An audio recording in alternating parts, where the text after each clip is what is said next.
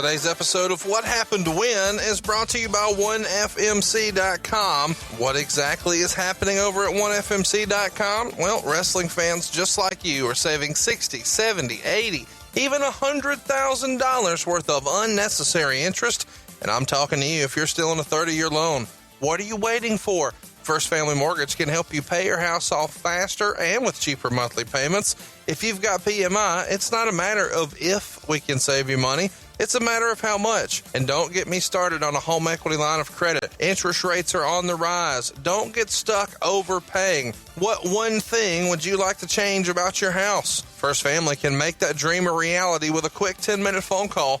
You don't need perfect credit or money out of your pocket, and you can even skip your next 2 house payments at 888-425-0105 or get a quick quote right now for free at 1FMC.com.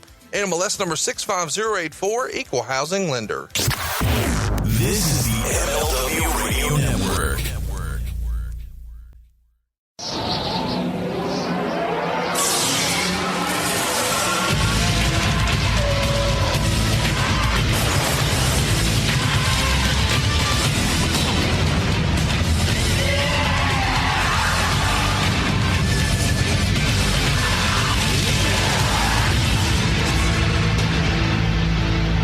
Hey, it's Conrad Thompson, and you're listening to What Happened When?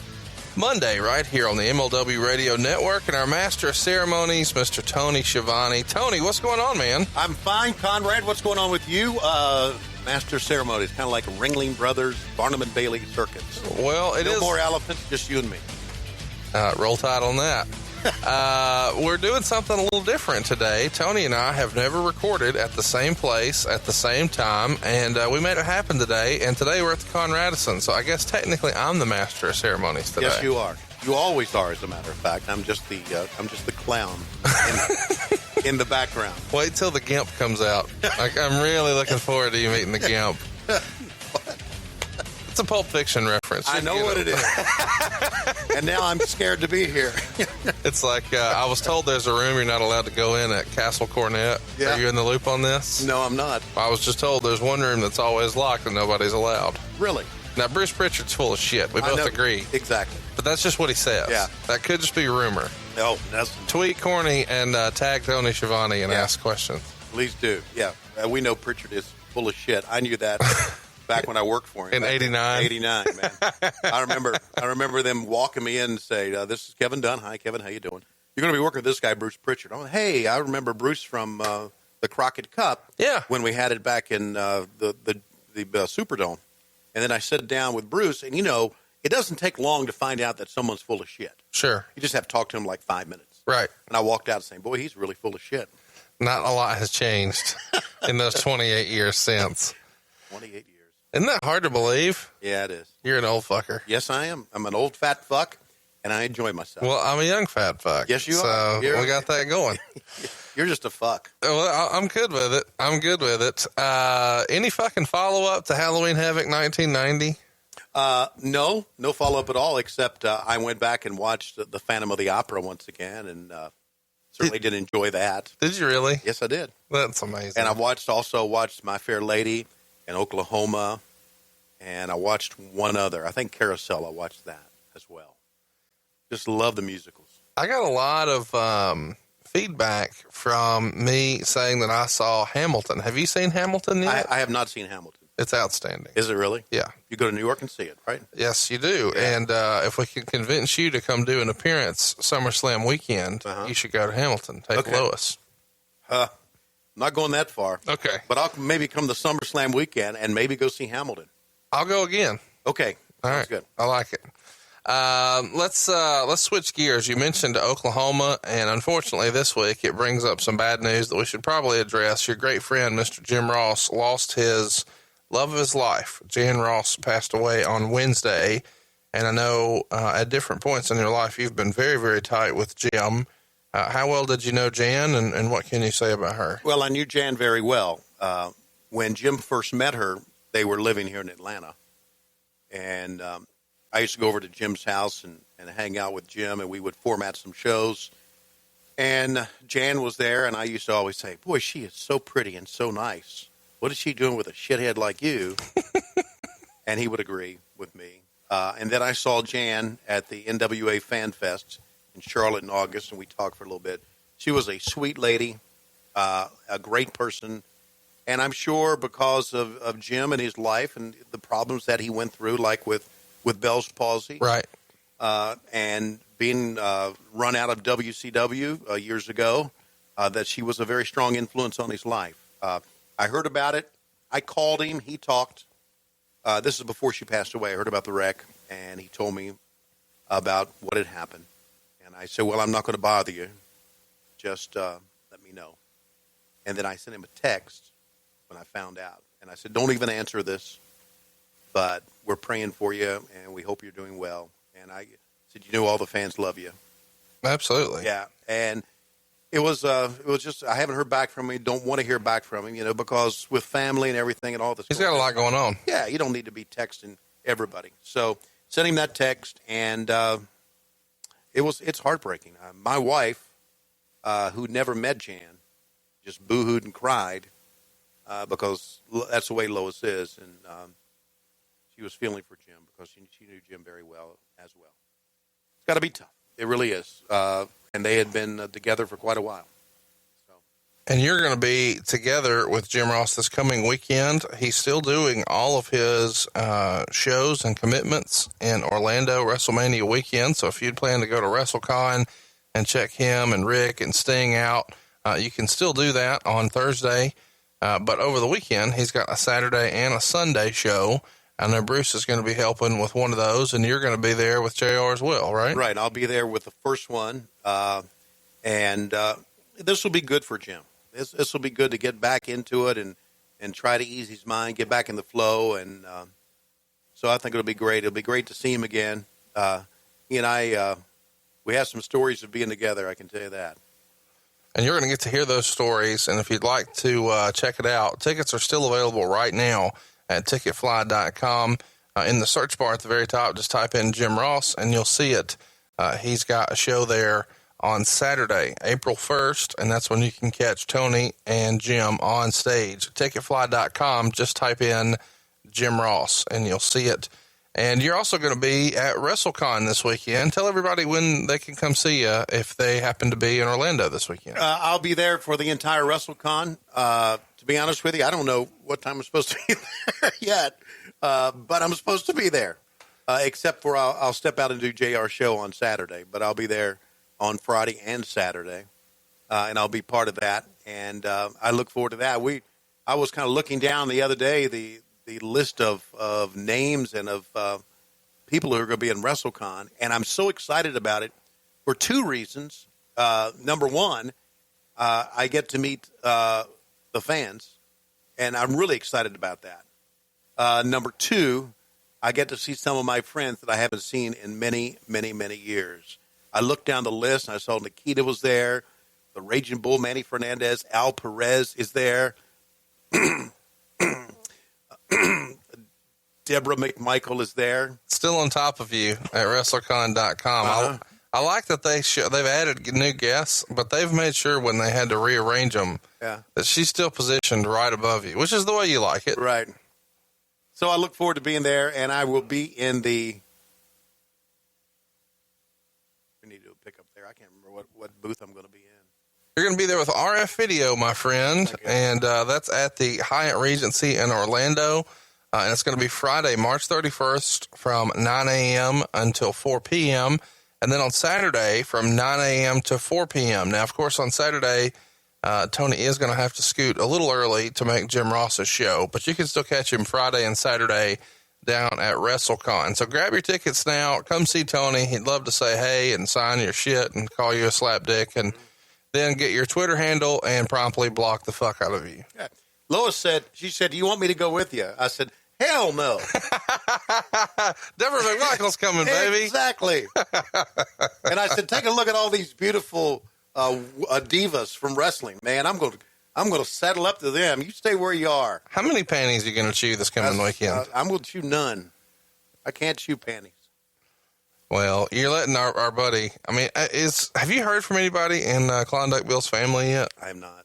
It's coming. You know that, right? I hope not. I hope not. And let me say this. Klondike Bill is one of the great men in wrestling. Everybody who knew Klondike Bill loved him. And the stories are part of his past. I don't want to offend anybody. That's the way he was. That's the way he was. Have you met Karen Jarrett? I've not met Karen Jarrett. Is she Jeff Jarrett's wife? She is. She used to be Kurt Angle's wife. Really? Yeah. You missed a lot when you've been gone. Wow. They just How about Mick Foley's daughter, Noelle? Have you met her? I have not met her. Is she going to be there? She's going to be there. Okay. So is SoCal Val. Yeah. Miss Jackie. I know you remember her. I remember Jackie. Yes, absolutely. I remember her. I remember this. I remember a girl back in the Crockett days. Good looking one. Her name was Dark Journey. Oh, yeah. Yeah, whatever happened to her? She was like smoking hot in a very exotic way.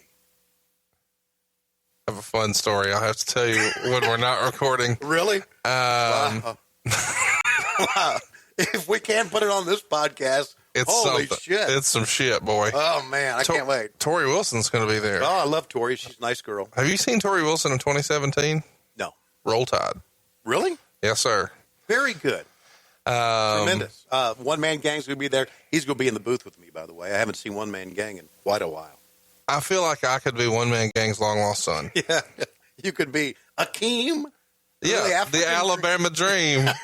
Right? I'm just saying. Check it out, WrestleCon. It's the single biggest event of the year for all things wrestling convention. It's this weekend in Orlando. Bruce will be there. Tony will be there. Everybody you enjoy listening to on the podcast will be there. And as we're taping today, Tony, I realized as I was kind of doing some show prep, today is March 26th. That's the day we went down, right? It's the very last Nitro. Wow. How about that? 16 years ago today, and now here we are taping a podcast. What's the fucking irony in that, man? I don't know. After March 26th, I remember thinking, that's it. I'm done. Yeah. I did some XWF stuff, if you'll recall, with Jerry Lawler after that, but I remember saying, that's it. I'm done. One shot in TNA too, right? Yeah, one shot in TNA. And now talking to me and my dumbass every week. Yeah, I know, dumbass. But you know, you're a lovable dumbass. I appreciate that. You're more than welcome. Well, let's get to it. What everybody wanted to hear this week, and this is the most WCW podcast of all time here. Peek behind the curtain.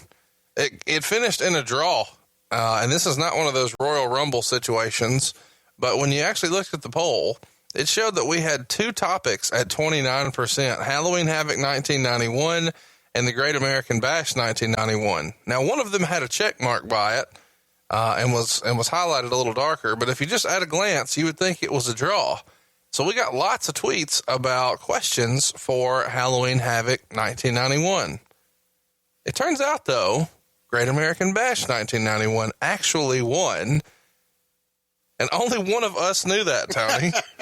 This is the most WCW podcast ever. I did research on the Great American Bash 1991, and when Tony came over today, he started talking to me about the Van Hammer match, and I looked at him like, what the fuck are you talking about? He's telling me about Doug Summers and that the Z-Man had a squash match, and none of this shit happened on the Great American Bash 1991, but we're going to freestyle it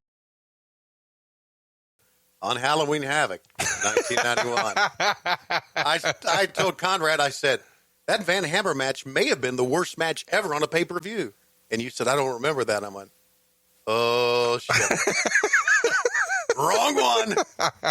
So when we talk about Halloween Havoc in 91, I'm going to be all up to date on that one. That's great. Okay. I'm looking forward to it. We'll put it back on a poll soon. Okay. Let's go ahead and get into it. We're talking Great American Bash 1991, which of course took place in July of 91. In June, it was reported in the Observer a few days prior to the Clash of the Champions 15 that the higher-ups at World Championship Wrestling had decided to greatly reduce the television exposure of the American Dream, Dusty Rhodes. Meltzer writes, I don't have any details as to why the company made this decision, but Rhodes was taken off as a color commentator on Wednesday's Clash and replaced by Tony Schiavone, as many of you have already seen. In addition, there are reports that Rhodes' Bull Drop-In segment are being dropped as done by orders above Dusty Rhodes. So he's kind of teasing here that the reason this is happening is they think Rhodes has been putting himself on TV too much, and they're going to start to minimize the TV time. Do you remember any of that happening or being told, hey, we're taking him off and putting you on? What kind of happened behind the scenes to lead to that? I think what happened behind the scenes, as I remember it, Conrad, was that they thought that Dusty should pay more attention to being a booker than a TV star. And they is? Well, Jim Herd. Okay. I'm not so sure anybody above Jim Herd even gave a shit. Okay. Thought that Dusty should pay more attention about being a booker. Do you think that comes from Jim Herd's personal wrestling experience, or does he have wrestlers in his ear telling him, this guy's putting himself over? There's no question he had people in his ear telling him that. Jim Herd was the type of guy that you could really manipulate. Who would you guess would have been in his ear? Oh. Not Ric Flair, which normally I would say Rick, but it's not like Herd was a big Flair guy. Yeah. Especially not in this time. Any number. Okay. Any number. I mean, Jim Ross had his ear. Yeah.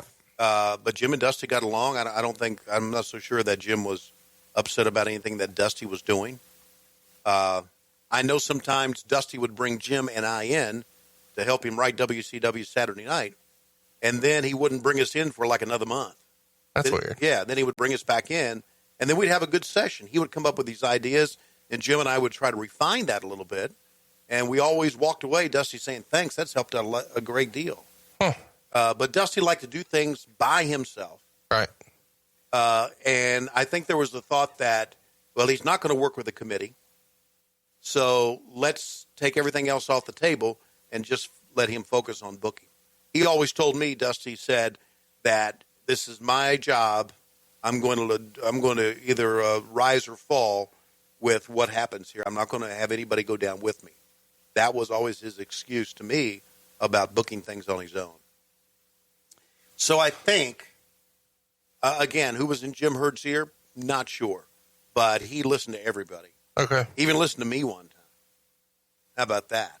What did you pitch him? Well, one time Herd came to me and said, Zbyszko and I were going to Chicago and doing opens and closes, ins and outs for the WCW Pro Chicago show that aired on WGN. And Herd brought me in, and he said, we forgot to get Zbyszko's ticket in time, and now we got to pay this exorbitant fee to fly Zbyszko with you to Chicago. It was always me, Zbyszko, Neil Pruitt, and a guy named Bill Tinsley. Bill was our cameraman. Pruitt was our producer, and it was me and Larry as the talent. And he said, so he ain't going with you. And I said, then we shouldn't go. He said, what do you mean? I said, if it's just going to be me by myself, then I should just stand up on a green screen and do the leads there. I said, if we don't have Zbyszko, we shouldn't go. And he paused. He said, okay, he can go. But don't let this happen again. And I walked out of his office thinking, shit, that was easy. So, wow. So that's how he, I take that as him really, respecting what I say. Also too, yeah. Not going would have been a cost savings. So yeah, right. But we did. I thought Zbyszko and I back in the day, we went to Ed DeBevic's restaurant. We did a lot of things in Chicago. I thought it was pretty. Some of the stuff we were doing was pretty cool. Yeah, and I think he liked it too. So yeah. Meltzer continues, what that means as far as Rhodes' future as a booker is certainly going to be the subject of much speculation. Certainly nobody can be happy with the results of where the promotion currently is, and Rhodes does have to shoulder some of the responsibility for this because the company has actually fallen to even greater depths since his arrival. But the problems of the company go so much deeper than the booker. In addition, it isn't like there's a miracle worker ready to come in and turn the company around. I thought this is pretty fair from Dave here because, if you are trying to move away from Dusty, who could you bring in? Yeah, no one. There's no one to bring in unless you want to go back and try to get Olli. Right. Kevin Sullivan was around, and Kevin was a smart guy and knew the business. But I agree. It's like we need a new booker. Well, it's not, and I've said this before. It's not like you go to the McDonald's drive-thru and say, "Can I have a booker, please?" And they say, "Yeah, we got 10 of them in here. We'll put them in a bag for you." You couldn't do that. Dusty has always kind of credited Eddie Graham with his booking philosophy. Right. What was Mike Graham doing at this time? I know he was still working a little bit, but would he have been a resource at that time? He was an agent. Okay. Yeah, he was one of the top. I mean, creatively though, you don't think he had the chops to take over? Mike? Yeah. Don't think he wanted to. Matter of fact, I know he didn't want to. Okay. Mike was a very good agent. He was no nonsense, no bullshit with the guys, and I thought he could really put together a match. Yeah. Really explain. So he was very, very helpful as an agent. And then, of course, later on, he did help out us with a little bit with the booking committee. I like Mike a lot. Now, of course, Cornette's gone by that point, but let's talk about Kevin Sullivan.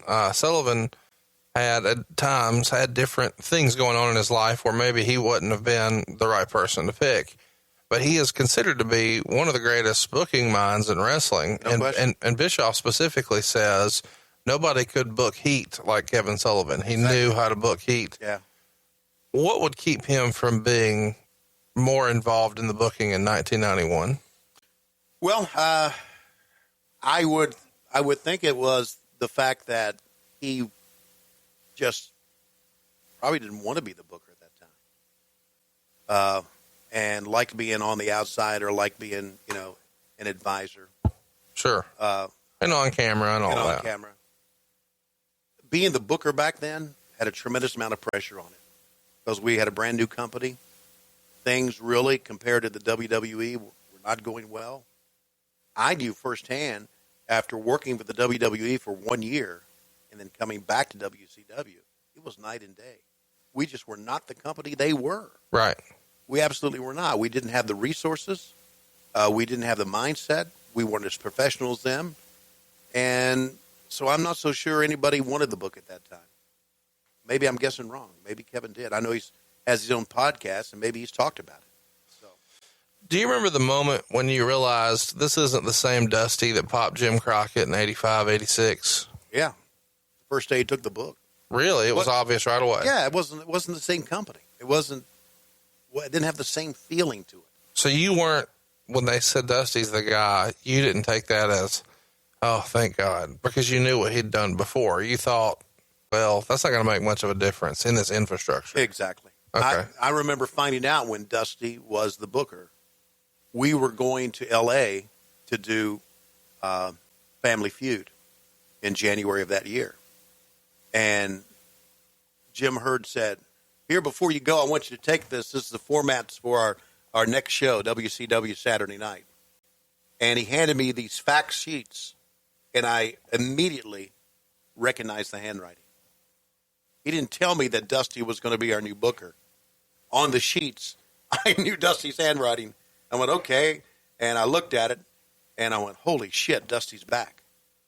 And Kevin was on that trip with me to L.A., and he was always close with Dusty, and we talked about it a little bit. I said, what do you think about Dusty coming back? He said, well, Dusty knows what he's doing. I don't think there's any question, but can he get anything done around here? And that was always our question. I think I've said this before. And I'm serious about this, and you could ask, and I told Heenan this years later. When this looks really bad on me, but I don't give a shit. When I left the WWE and came back to WCW, it was the biggest mistake of my life, and I knew it. I went into my living room when the kids were upstairs in bed and laid on the couch and cried, thinking I've made the biggest mistake in my life. Yeah. And Heenan would laugh. He said, you just cried? I said, yeah. I said, it was terrible. It was a terrible decision by me. I was working in a professional atmosphere with a great staff, maybe overstaffed at times. And here I came back to a company that didn't know what the fuck it was doing. And it was operating on a wing and a prayer, so to speak. So I felt very bad about it. So when Dusty came in, I'm thinking, but he ain't going to turn this shit around. And I've told the story to Lois. I said, there's not a day that goes by here at WCW, and this is in the early 90s, where I think that they're going to just lock the doors here and say, that's it, we're done. And eventually they did do that. But when I first came back, I thought it would happen any time because we were so fucking lost. Can I bring anybody down any more than that? So I didn't think that Dusty's booking would matter. I thought it was unsalvageable. And that is because of the leadership at the top. Now, yeah, you could say point to Jim Herd, but Jim Herd also was in a position where, all right, compare Jim Herd to Vince McMahon. Oh, no comparison. Okay, but compare Jim Herd's not only background and knowledge of the business, compare Jim Herd's decision-making. His hands were tied. Right. Vince could make any decision he would want to make because it was his company. And I think that's one of the things that that led to our demise eventually. So what else you got for me, son bitch? Well, let's talk about the Clash of the Champions 15. We mentioned it a minute ago. This is not a good sign. Ric Flair defends his world title in a 2 out of 3 falls match with Bobby Eaton that goes about 14 minutes. And Meltzer makes note that it's too short for a match like this. And he says the crowd live didn't get into the match, at least like a main event on a major spectacle, despite the quality of the match itself. It appeared that nobody believed that Eaton had a chance to win the title because even after winning the first fall, his near falls with Flair, barely kicking out, shockingly got little crowd response. Like in the Steiners match, it appeared exciting at home, but it didn't look exciting live. But it's more than that. To have such little interest, they've completely killed any aura of the title meaning anything, which is a major part of their problem in drawing fans to house shows, since the title match is always the main event on the big shows. The title has been destroyed by title matches that end with the champion never winning, but also never losing. It also says something about Flair, whose routine of constantly putting over his opponent, as unselfish as it sounds to some, seems to have caught up with him because he's no longer got the magic when he enters the ring. Tony, I'm the world's biggest Ric Flair fan, but I have to agree with Dave here. It feels like at the time he did fall into a rhythm with the booking of he's going to make the guy look great, but he's never really going to lose, and he's not going to win in dominant fashion. So it does start to diminish what you think is possible. How'd you feel about that at the time creatively? Well, is that Ric Flair's fault, or is that the fact that we had nobody to pair him with to make him the champion that he should be? Well, I don't think anybody's saying it's Ric Flair's fault. I think it's just a situation with the belt where, because of the booking, it's been devalued. Well, that's valid, but I think it's a situation to where I don't know who else Flair can go up against. Bobby Eaton, we all know, tremendous worker. Absolutely. But is Bobby Eaton a main event star? Probably not. Probably not, unless he is... Not as a single. Not as a single, unless he is with the Midnight Express. So, Bobby Eaton was put in that match because I'm thinking, well, who else do we have to put in the match with him that they haven't seen before? Right. I think it's a case to where maybe it's devalued because we're showing too many world title matches. And I know what you're saying. World title match should be the top on your pay-per-views and then the top of your Clash of Champions. Maybe we just had too many of them. See, I really believe that. I know I've said this before. I believe that showing too much shit hurts your product. Mm-hmm. And we were doing that. We were showing too much shit. Even in 91. Even in 91 we were. Really, beginning in 91 we were. Showing too much shit. Meltzer gave the match 3.5 stars, and it drew a 3.9 rating and a 6.7 share, which means it was viewed by 2.2 million homes. The main event itself got a 4.3 rating, which was the lowest main event rating in Clash history. Do you think that is reflective more on the company or the men in it? The men in it are the company. So, but you would you blame Rick and Bobby for that, or do you blame the promotion? I blame the promotion. Okay. Absolutely. Meltzer would report in the same issue. This all leads very quickly to the Baltimore Bash on 7/14, which is just a few weeks away. The lineup, at least the version I've heard, will be Flair versus Luger in a cage for the WCW title, Sting versus Koloff in a chain match, the Steiners and Missy Hyatt against Paulie, Wyndham, and Anderson in a cage, Austin and Taylor versus P and News and Eaton in a scaffold match, One Man Gang versus Elegante, Black Blood versus Big Josh and a Lumberjack. Black Blood. Yellow Dog versus Johnny B. Bad. Freebirds versus Rhodes and Young Pistols in an elimination tag match. Zink and the Diamond Stud. Morton and Gibson. And Ron Simmons versus Oz. At least the second cage match is going to have to be changed since Scott Steiner suffered a major bicep tear on Friday night in St. Louis, and he underwent surgery on Monday. So that card kind of shakes out for the most part, a couple of changes here or there, to be that way. I want to ask you, if you think, had Ric Flair stayed with WCW, do you believe Lex Luger still would have won the title at the Great American Bash? And if so, would he have done it as a babyface? He would have still won the title, I believe. It was time to give him a chance to be the champion, but I don't believe he would have won it as a babyface. I thought some of Luger's better work was as a heel. Oh, I totally agree. No, I don't think we can argue that, but I do think we could debate the booking from 1991 all day. But I know one thing not up for debate is the best way to support the show, what happened when, and that's to go to ProWrestlingTees.com/WHW. Isn't that right, Tony? Yes, you can go there and get, which has become my favorite shirt, the Syracuse Slapdick shirt. You can get the favorite shirt of my good friend Conrad Thompson, the Pasta Still Rules shirt. It is my favorite. Yes, it's all available at ProWrestlingTees.com/WH Monday. Wear it proudly. Come to WrestleCon with your shirt on, because I'm going to have one on, and display it proudly there. You know what's become one of our biggest sellers? I hope Klondike. No, Klondike's a good one. But I think what has become our biggest seller in the month of March was the Blockmaster. Blockmaster's just fucking great, man. It is. It really is. It's got the old Shockmaster helmet there. Yeah. It says Blockmaster below it. You should check this out. I can't believe it, but my lady friend actually picked up the Thompson shirt in the Thunder style font. Really? So that was kind of fun. You got a lady friend? I do. My great friend Chelsea, she has been known to sport the big gold, and this thing is angled like you're playing air guitar on it, and instead of NWO spray painted on it, it's WHW. Some really pretty creative stuff here over at ProWrestlingTees.com/WHW.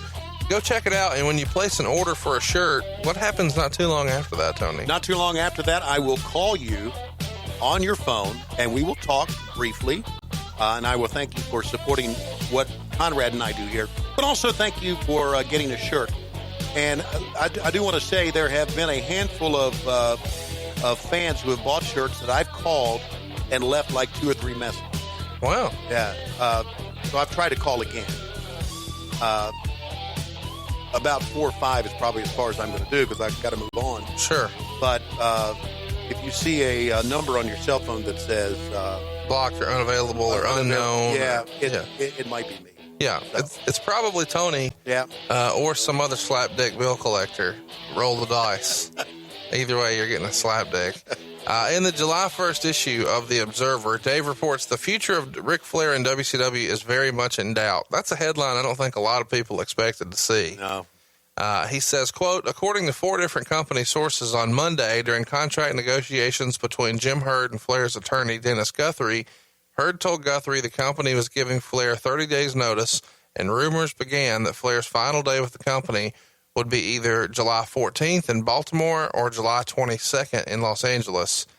Now listen to how crazy the booking here was. The Los Angeles main event was advertised as Ric Flair and Paulie Dangerously against Missy Hyatt and Lex Luger, who were managed by Jason Hervey. Yeah.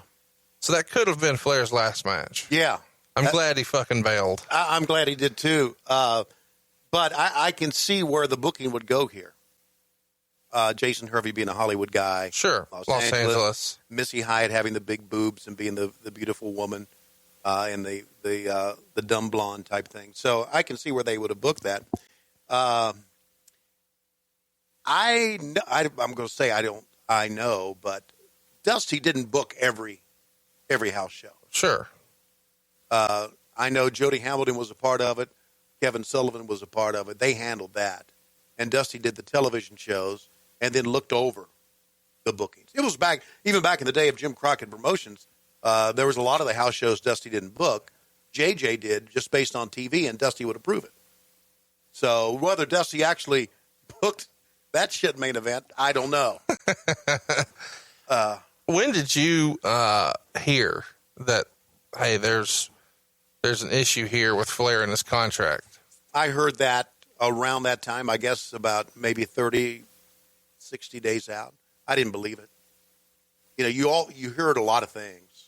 Well, this guy's unhappy. I knew Flair was unhappy. I said on a previous version that Flair would always say, people are trying to get out of New York. I've been trying to get in all the time. That was his... For years. Yeah. So I kind of knew that he always wanted to try it there, but I never believed that would happen.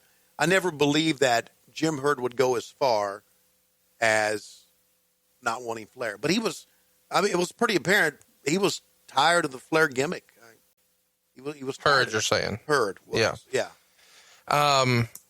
Rick had been kind of talking about on TV probably since '88 about wanting to leave, but he never does. I mean, he always just stays put. Right. He attributes that to loyalty, and those who know Rick probably know it's maybe a little bit of uncertainty of, I know I'm a big deal here. What if I get up there and I'm not? I don't want to get up there and not be a big deal. He wants to be the nature boy everywhere he goes. Yeah, well, that may be lack of confidence there. Sure. I think you and I and the fans all knew, regardless of where Ric Flair would go, he would be successful. Absolutely. Because of how talented he is. Also, this could be the fact that Rick needed Ritalin and couldn't pay attention from one day to the other what he was doing. That has not changed a whole lot. That's right. We know Rick. I know Rick. Woo. He's just out. Flair is like out of control. Flair told me when WCW went down, I talked to him on the phone, and he said, "Oh, my daughter's calling me. I'll have to get back with you." He said, "I'll call you right back." That was 2001. He's never called me back. Okay. You haven't talked to Rick since then? Well, we've talked. Besides, but he never returned that call, is what I'm saying is that his attention span was everywhere. So probably for Rick, status quo was fine with him because he wasn't thinking about it. The next day, Tuesday, Meltzer writes, Flair hadn't gotten notified by the office of his notice. Herd denied the story and said the two sides are simply negotiating a contract extension, which from all accounts would require Flair to take a huge pay cut from his one-year contract, estimated at guaranteeing him somewhere between $700,000 and $750,000 per year, which wouldn't include his cut of merchandising. And Meltzer says that Flair is still under contract through June 1st, 1992. According to Herd, though, Flair has an escape clause in his contract that would allow him to quit, provided he gave 30 days written notice. Herd said that WCW doesn't have a similar escape clause, which seems to mean the company can't legally give Flair notice without having to pay off the duration of the contract, although other sources say there are loopholes to the company's benefit. Tony, before we talk about Flair specifically a little more, I want you to touch on the standard contract language for WCW. I realize you didn't write them, and you probably didn't have this style of contract, but you probably heard some things. Did you believe most contracts had like a 30-day out on either side during this time? No, I didn't buy that. The guy that you've put so much effort and stock. Why would you let him just leave? Why would you let him leave? Absolutely. I don't buy that at all. I didn't have a 30-day contract in mind. Okay, cool. Yeah, so I didn't. And of course, I don't think my contract was on the level of a Ric Flair or anybody like that, obviously, but no, that's bullshit. Do you buy the numbers that Dave is reporting that Rick was getting somewhere between $700 and $750? I would think so. That's a lot of money in 91. That's a lot of money now, but right. 91, that's a lot of money. Can I tell you a little inside sure. stuff? Okay. Yeah. In the Crockett days, and this was a real small-time family operation, in the Crockett days, we had a CFO or an accountant on site. His name was David Johnston. And because I was in the office and everybody did everything, David told me one time, he said, I need you to go through all the contracts. Or, no, I need you to go through all the payouts. The ledger, yeah. The ledger.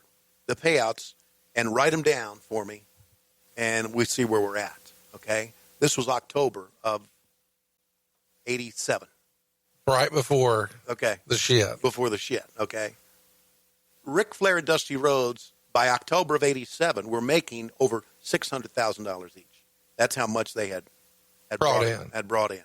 So if they were making that back then, right, $700,000 to me could be a little low, but yeah, before merchandising, right? Yeah. So that's substantial. Because I remember going through, each wrestler had a page, and I would go through and I saw Dusty Rhodes, Virgil Runnels, Richard Flair, and I would look for the bottom. I would look for the bottom line of total payout, and I would go, "Holy shit!" I'm going to freestyle a guess, and I'm going to say that that is 26 years ago now, and there's probably still less than 24 guys who make that a year. Yeah, that was direct money to you. That was money. That was money on 1099s. No taxes taken out. Right back then. It's a lot of cash. A lot of cash, and no insurance back then as well. So, and you can see where some guys back then got into some trouble with the IRS. Not some guys. A lot of them. Most, right, because they were making that big money. Absolutely. Yeah. So based on that, yes, $750K a year could be a low ball figure, but I would say that would be the bottom line for Rick. You said earlier that you heard about this, before it happened. Right. There being a contract issue here in the office. You didn't really buy it and thought, they'll work it out. Right. Was there anybody you remember saying, "Oh shit, this is going to be a thing"? No. Everybody thought. I think everybody in our office thought they'd work it out. Okay. That same issue of the Observer had some PN news that came up twice, and I want to mention that here. Quote, Danny Spivey has been fired with the reason given being his refusal to do a job to PN News on a roadshow this past week. The coincidental timing of this and his testimony in the Zahorian case seems too convenient.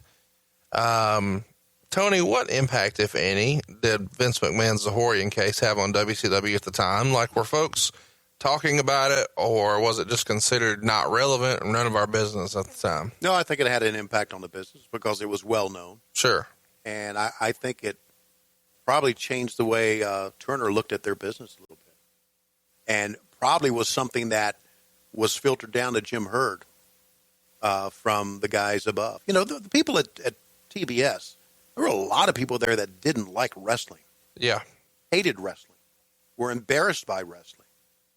And something like the Zahorian case would have given them a reason. I can remember, and I don't know if Jim remembers this. I was going to bring it up at our show.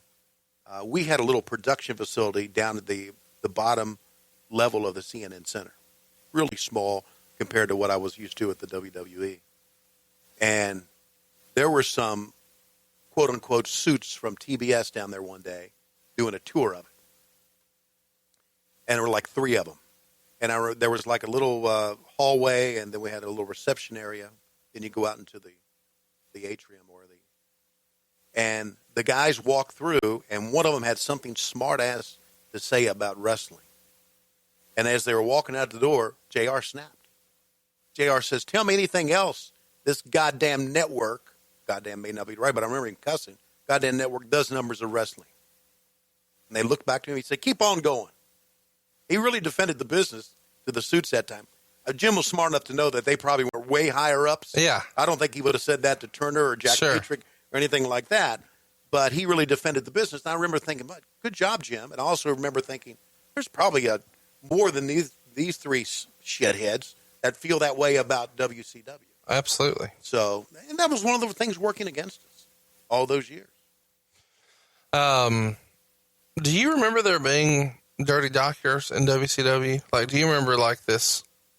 You made a weird face at me right there. No, I don't remember any of the doctors. Well, no, I don't mean like let's name a name here today, but I just mean, Zahorian was a guy who would just allegedly, according to the reports and rumors and allegations, just be hanging out, and it becomes almost like a candy store for the guys where it's, hey, tell me what you want on your order. Like he's fucking taking a pizza order. Right. And then gives them a bag of dope. And, I say dope. It's not heroin. It's painkillers. It's muscle relaxers. Right. It's steroids. It's all that. It's growth hormone, all that stuff. And then, of course, we've seen, with the tragedy of Chris Benoit and others, where you start to see guys have developed patterns of they go to this doctor for this and that doctor for that. And there are guys who some guys refer to as mark doctors. They're just wrestling fans and they like to hang around the guys. And if you bring their kid some tights and take a picture with their daughter and whatever, then he'll write you a script. Yeah. Do you remember guys hanging around the locker room like that, or was that not a big deal there? If they were doctors, I didn't know who they were. Okay. But we did have a lot of people hang out. And That could have just been hangers-on or fans. Yeah, or absolutely. Yeah. But no one came to me and say, hey, if you need some painkillers, this guy can do it for you. Right. I never met anybody like that. But I can also see how painkillers in the business back then were very important to the guys. Absolutely. They worked all the time. Yeah. And they didn't have insurance. I'm not so sure when they started getting insurance. I know Lex Luger was really big into that, getting the guys insured, getting the guys benefits. And I really think Luger probably was a big part of that eventually happening. Sure. I don't know what the deal was for the WWE back then, but that doesn't surprise me. It doesn't surprise me. There were doctors there that helped him out. They didn't have to be backstage for him to help him out. No, I agree. It's also reported this same issue. Angel of Death suffered torn ligaments when PN News accidentally splashed onto his knees rather than his chest, and he'll be out of action for 4 to 6 months. Tony, we hear a lot of shit from the guys about PN News, and some would allege he developed a rep for hurting guys, which obviously Meltzer's kind of feeding into here with 2 reports in the same issue. Do you think that was a fair criticism, or do you think this is just people trying to make something out of nothing? No, I think it's a fair criticism. PN News was very large. The rap was what made him famous. But I kind of thought he was clumsy in the ring. And I don't think he intended to hurt people. He just didn't know how to handle his size. Just did not know how to handle his size. There was no question about that. Around this time, WCW starts cutting back on house shows, which means they could get away with using fewer guys, and they're doing this to try to cut costs. And they start to bring in these new guys at $300 a night, as opposed to the guaranteed weekly deals of Turner's past. This represents a serious savings because they're only promising 60 dates a year, so the quick math on that is $18,000 annually. Now, that sounds like, not a lot of money, but by comparison, the WWF was only offering $50 a night with 15 dates guaranteed for a total contract value of $750. Now, of course, everybody understands in the WWF, they were basing your payoffs on houses and things like that. So you always made more than that. Right. I should also point out that someone who worked for both companies told Meltzer that the merch split between the companies was a huge difference. And he compared the WWF to roughly 3% of the gross, whereas WCW paid their guys roughly 25% of the gross. So you're talking about, on a $20 t-shirt, getting 3% of that, which is not a lot of money, 70 cents, or you're talking about 25%, so $4. So 8 times more per piece, but obviously fewer pieces because the WBF was moving some tonnage back then. Yes, they were. Kind of help me out. Did you hear stuff like this in the past? As far as numbers, percentage-wise, no, I never heard. Because I didn't give a shit. I really didn't. If someone started talking to me about it, and that stuff was kind of, we had a guy named Casey Compton back then who was our merchandise guy, and we had Jim Hurd, and they kind of did all the merchandise stuff. So I didn't get involved in that stuff. Man, there was so much going on. Right. And to be honest with you, Conrad, things were not going well, I didn't think, and I was still kind of down about moving back. There's a lot of shit that I wanted to ignore. I wanted to stay away from because I didn't want shit to drag me down even more than Sure. I did. And that's why when I heard the rumors about Ric Flair, I didn't go knocking on doors and, is that really true? Is that really true? I just thought, if it really happens, I'll find out. I don't need to go and be, even more depressed by it as I already am. The new contract that WCW has given the new guys also says something like if you're injured, WCW will honor their booking sheets where they've already promised you those dates and pay you the $300. But if you sign it, you essentially belong to them for a year. You can't work anywhere else, even if they're not booking you. And supposedly there's no bump for pay-per-view or TV either. Do you remember there being talk of them trying to hire a new crop of guys here at this reduced rate? Is this a Jim Herd initiative? Is this a Dusty call? Dusty's not ever been known to be frugal. Right. So where does this come in? This is a Jim Herd call. And I remember bringing in a crop of new guys, again, thinking it's just trying to get new faces in. Right.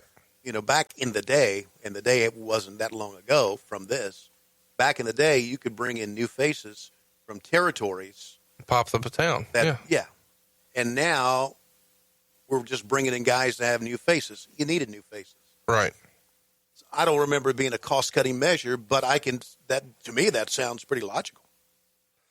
So it doesn't rub you the wrong way. You get it from a business standpoint, why you would want to do this. Yeah. Do you think earning the same money for pay-per-view is fair to the boys? Every boy earning the same money on a pay-per-view? Well, no, I'm saying, you're making $300 if you're working a spot show in Chillicothe, Ohio, or you're making $300 if you're working a pay-per-view in Baltimore. Yeah. I don't know that necessarily lines up as being fair. I don't know that is fair, but to me, that's a pretty good business move because by this time, who are you going to work for? Roll Tide on that. It's worth mentioning that the wrestlers have to pay their own expenses on the road. So stuff like food, hotel, rental car, all that comes out of that $300 a night. And it's a shame these guys back then didn't have a more affordable way to eat, like Blue Apron. Am I right, Tony? Yeah, Conrad, you're right. And I want to tell you that Lois and I are really enjoying Blue Apron. You open the box and you know the items are fresh. It's the #1 recipe delivery service in the country. It's affordable. You have plenty of variety. They'll custom your recipes each week based on what you want. And Lois and I have been enjoying Blue Apron now for about 5 weeks. Comes in every Sunday. We get 3 meals a week. It puts Lois in the kitchen where she belongs. They're going to say, Shivani's a sexist. No, I'm not. If she heard me say this, she would beat me over the head with a rolling pin. But we invite you to check out this week's menu. You can get your first 3 meals free of charge with free shipping. Again, first 3 meals free of charge with free shipping. I guarantee once you get it, you're going to be hooked. You go to blueapron.com/Tony. This is very important. Blueapron.com/Tony because we want for you to let them know you heard about it right here on WHW What Happened When. You'll love how good it feels, it tastes, to create incredible home-cooked meals with Blue Aprons. Don't wait. This is not stuff that you put into the microwave or put in the oven that is already packaged for you. It is real fresh food that you make, that you chop up, that you cut up. Go by the instructions on the recipes and you will see how great it is. That's blueapron.com/Tony. Blue Apron is a better way to cook. Wonderful stuff. I find it interesting here in this same issue that Meltzer writes, quote, Eric Bischoff, who did AWA announcing the past few years, will replace Lance Russell on the syndicated WCW Pro Wrestling show. Still no word on who is going to replace Gordon Solie as Tony Schiavone's partner on Worldwide, although the decision to replace Solie has been made. Because of the bad ratings and syndication, Jim Herd is apparently going to overhaul the format of all the TV shows. Now, this is in your wheelhouse, Tony, so I want to spend some time talking about this. We know how much Bischoff would mean to WCW, and it's cool to go back here and see when he was first brought in. But my God, how does anybody replace Lance Russell? You don't. That dude was awesome. He was one of the greats. Yeah. Is he in the Hall of Fame? He should be. You damn right he should be. Yeah. Absolutely he should be. Let me ask this. If the ratings are dying, is it really the announcer's fault? That's what I'm going with. Okay. I don't understand it. It's bullshit. Book better matches, motherfucker. Exactly. Yeah. Book better matches. And let your guys call the matches. Listen, to me, if you had a great product, I would want a Lance Russell or a Gordon Solie doing it. Yeah. Back then. Fuck me, Tony Schiavone. Have him stand with a microphone and do the interviews because that's how he started. I think this is just a tactic. And I think that guys feel this way, guys who run the company feel this way, that sometimes announcers are more important than they really are. Right. And I got paid a good salary. When we were going badly years later and Eric Bischoff was running the company, things were bad one time and I was in his office. He said, how much fucking weight have you gained? I said, I don't know, but you think me losing weight's going to help us? He said, I don't know, but why don't you try it? And I did lose a lot of weight. But again, that's just showing you a boss looking for shit. Okay. Back when, and Bruce. How fucking funny is that? Isn't that something? And back when Bruce, I love your response. Is me losing weight going to help us? Yeah. That's what I was being honest. I wasn't being a smart ass. Sure. Because I'm saying. But it highlights the ridiculousness of the statement. Yes. Back when I was in the WWE, and Bruce can probably either confirm this or fucking lie about it, knowing him. Back when I was in the WWE, Vince didn't he thought I sounded Southern. He hates that. Yeah. And Bruce would say, you're sounding too Southern for Vince. I went, fuck, Bruce. Why am I sounding too Southern for Vince? I don't think I sound Southern. Maybe I sound more Southern than him or than Jesse Ventura or than Gene Okerlund. And Bruce and I would go round and round about this. I did SummerSlam, and then he didn't have me do Survivor Series, if you'll recall. He put Gorilla Monsoon back on it because he was unhappy with my work back then. And I love that SummerSlam, by the way. That was I thought it was a great SummerSlam. So, again, the announcers, I thought, put too much stock, or the bosses put too much stock in the announcers. I say that, but then again, when they offer me big money, I always thought, boy, we're really important. Absolutely, yeah. Yeah. Double-edged sword. Yeah, so this was stupid. This was absolutely a fucking stupid idea.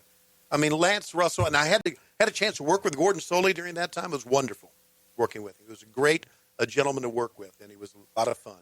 So, yeah, here's another story. I had heard that Bischoff was coming in. And so I went to talk to Jim Hurd, and I went in. We were talking about something. And you knew Bischoff from watching AWA? Yes. Okay. Because I remember I remember the first time I saw Bischoff on AWA, they had a shot of him. He was a good-looking guy, very handsome guy. And they had a shot of him. They had it chroma keyed or on a green background. And the static shot they put behind him kept moving. And I'm thinking, oh, man, this is some shitty shit I'm watching right here, not because of him, but because of the way AWA, the way they produced it. So I went into Hurd, and I said, I understand Bischoff's coming in. And he said, yeah. And I said, I think it's good. I think he's a good-looking guy. He said, I know he's going to be great. And he did that to fuck with me. And I remember that you can't fuck with me because I don't give a fuck. Okay, right? You cannot fuck with me. I mean, I was very unhappy that I was back. I thought I made the biggest mistake of my life, which turned out I didn't. But I thought I made the biggest mistake of my life. And if you don't want me here, let me fucking go. And so, and Ross and I both knew that's why he brought Eric in. Not only did he want a good-looking young face, he wanted y'all looking over your shoulder. Exactly right. And that was his style of being a boss. Leading by and here's the thing, by chaos. It's not always bad, if you're running a sales organization, to have new blood in there. No, because it pumps new life in. It motivates some of the older folks who maybe had become complacent. Yeah. There is a strategy there that I could get behind. Yeah. But I do think it's funny that you say, hey, he wanted us to look over our shoulder, and then the motherfucker becomes the boss. I mean, the irony of that. Isn't that something? Yeah. Yeah. When did you know Eric was going to be the guy? The boss of WCW? Like the guy. The guy?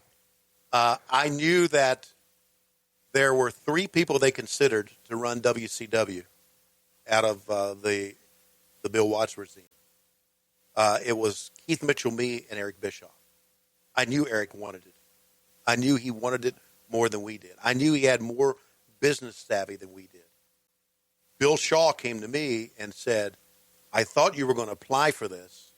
And I thought I was going to see something on my desk, which was your direction for WCW. I haven't seen it yet. And I remember going to Lois and said, I guess I should turn it in. I didn't want to do that fucking company. I didn't want to run that company at all. Eric wanted it. Eric had a great plan. And Eric would talk to me about some of the things that you liked it. I liked it. I thought he really wanted to run the company. He had a great plan for the company. And so I knew that Eric was going to be the next guy. The actual day, I don't know. But I remember during that whole process thinking that Eric was going to be the man to do this thing. Because Eric, I don't know how big Eric's proposal was, but it was fucking big. Mine was probably like 5 pages. And I did it out of duress. Do you, in hindsight, do you ever wish that you would have spent more time on that and tried to make a play? No. Not your thing. No, I thought we were a dying company, and so eventually I was right. Yeah, who wants to captain the Titanic? Exactly, and I think I lack in confidence. I never had the confidence Jim Ross had when we would have these meetings. I never had the confidence that I could turn this company around. Well, you're real. Wrestling is filled with a bunch of fake motherfuckers. Right. And I think that's the difference, is everybody else, they don't even believe it themselves. They're trying to put on a performance. Right. And then hope they can convince themselves. Right. And you're just like, might be good, might be, I don't know, tell me. Yeah. So I never, and I know that I do realize, I had heard this, I don't know where I heard it, that Kevin Sullivan said that I was very depressed when I didn't get it. I didn't get WCW. I was very depressed, he's right, but it wasn't because I didn't get it. It was because I was working for those fuckers. Bill Watts had just cut my pay. And percentage-wise, how much did he cut it?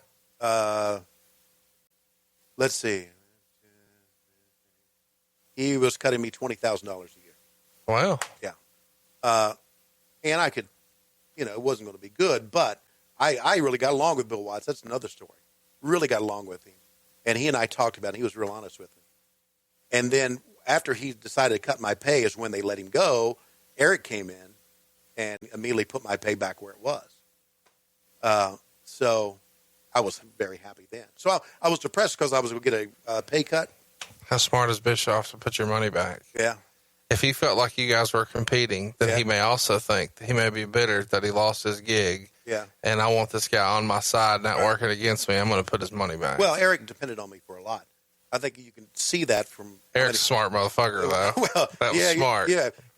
He depended on me for a lot, and I think you can tell that because I did all his shit. I mean, I was on everything.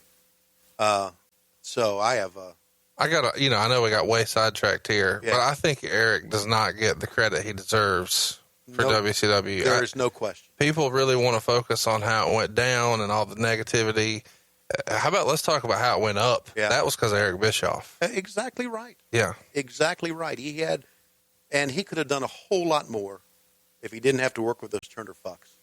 He could have. And he also had a problem, and Eric knew this. Eric and I talked about this when he finally came back. He came back for a time. And that was he entrusted the wrong people at WCW. Yeah. I probably should have stepped in and said, Eric, let me do some more of this shit, but I didn't. He was freaking brilliant. And he always told me, he said, I like announcing, I like wrestling, but what I like better than anything else is doing deals. He liked negotiating deals. Like when he loved the negotiation for the Hulk Hogan deal. He had us a deal at NBC that Turner apparently fucked up. I'm not talking about Ted. I'm talking about the company. And they just didn't let him do his thing. So. I'm sure we'll talk about him a lot more in the future, but it is interesting that, the irony, knowing the future of what that relationship would look like. Right here, Bischoff's on his way in, Flair's on his way out. Yeah, right. And that circles back years later, and it's interesting. July 8th edition of The Observer, the headline is, it's the end of an era and the dawning of a new error. ERROR. Exactly right. Ric Flair was fired by WCW Monday, effective immediately after both sides failed to reach an agreement on a contract extension, which would be from June 1st, 1992 through May 31st, 1994. Official word was faxed Monday afternoon by Jim Hurd to Flair's attorney, Dennis Guthrie, in Charlotte, that Flair's contract is being terminated effective August 1st, 1991. He was scheduled to drop the title to Barry Windham on July 1st in Macon, Georgia, in a revised plan decided upon within the last week that had been the subject of many behind-the-scenes problems. WCW officials weren't expecting Flair to show up in Macon. It was announced in Macon, which airs on television on Saturday, basically the truth, that Flair had been stripped of the title due to contractual problems and that the two top contenders, Windham and Luger, would wrestle for the held-up title on July 14th at the pay-per-view show from Baltimore in a cage match. I'm sure we're going to get into all of this, but This is the first time in the 43-year history of the NWA/WCW that the World Heavyweight title didn't change hands in the ring. And as an old school wrestling guy, you got to think that's some shit. Yeah, I mean, if you're Jim Herd and you look back on it, I don't know how he feels about it now. I don't even know where he is. How do you feel about the guy who was in charge of the company when that first happened? Yeah. To me, that would be a terrible thing to have to. Maybe he doesn't give a shit. I don't know, but it was bad news, man. What did you think of them going with Barry and Luger as the two top guys? You were okay with it? Yeah, Luger looked great, got a pretty good push, obviously, and Barry was one of the great workers of the business. I thought that was as good as anything. I guess it can be reported here the original plan was for Flair to drop the title to Luger in Baltimore. The hang-up was that the two sides haven't been able to come to terms on a contract extension that had already been verbally agreed upon seemingly forever. WCW offered Flair $350,000 per year, which would cut his current salary in half, or slightly more than half. According to Flair, as quoted in the Miami Herald in Wednesday's paper, WCW asked Flair to have his salary cut in half effective immediately. Other reports are that WCW wanted Flair to agree to terminate his existing contract and sign a new one at $350,000, but TBS sources say the disagreement was over the extension and that no major pay cut was requested for the period covered by the current contract, which was to expire May 31st, 1992. Flair wasn't willing to take such a cut, much less for the extension period. And there's certainly ego involved with him earning less than Lex Luger, who supposedly was slated to make $600,000, and also less than Sting.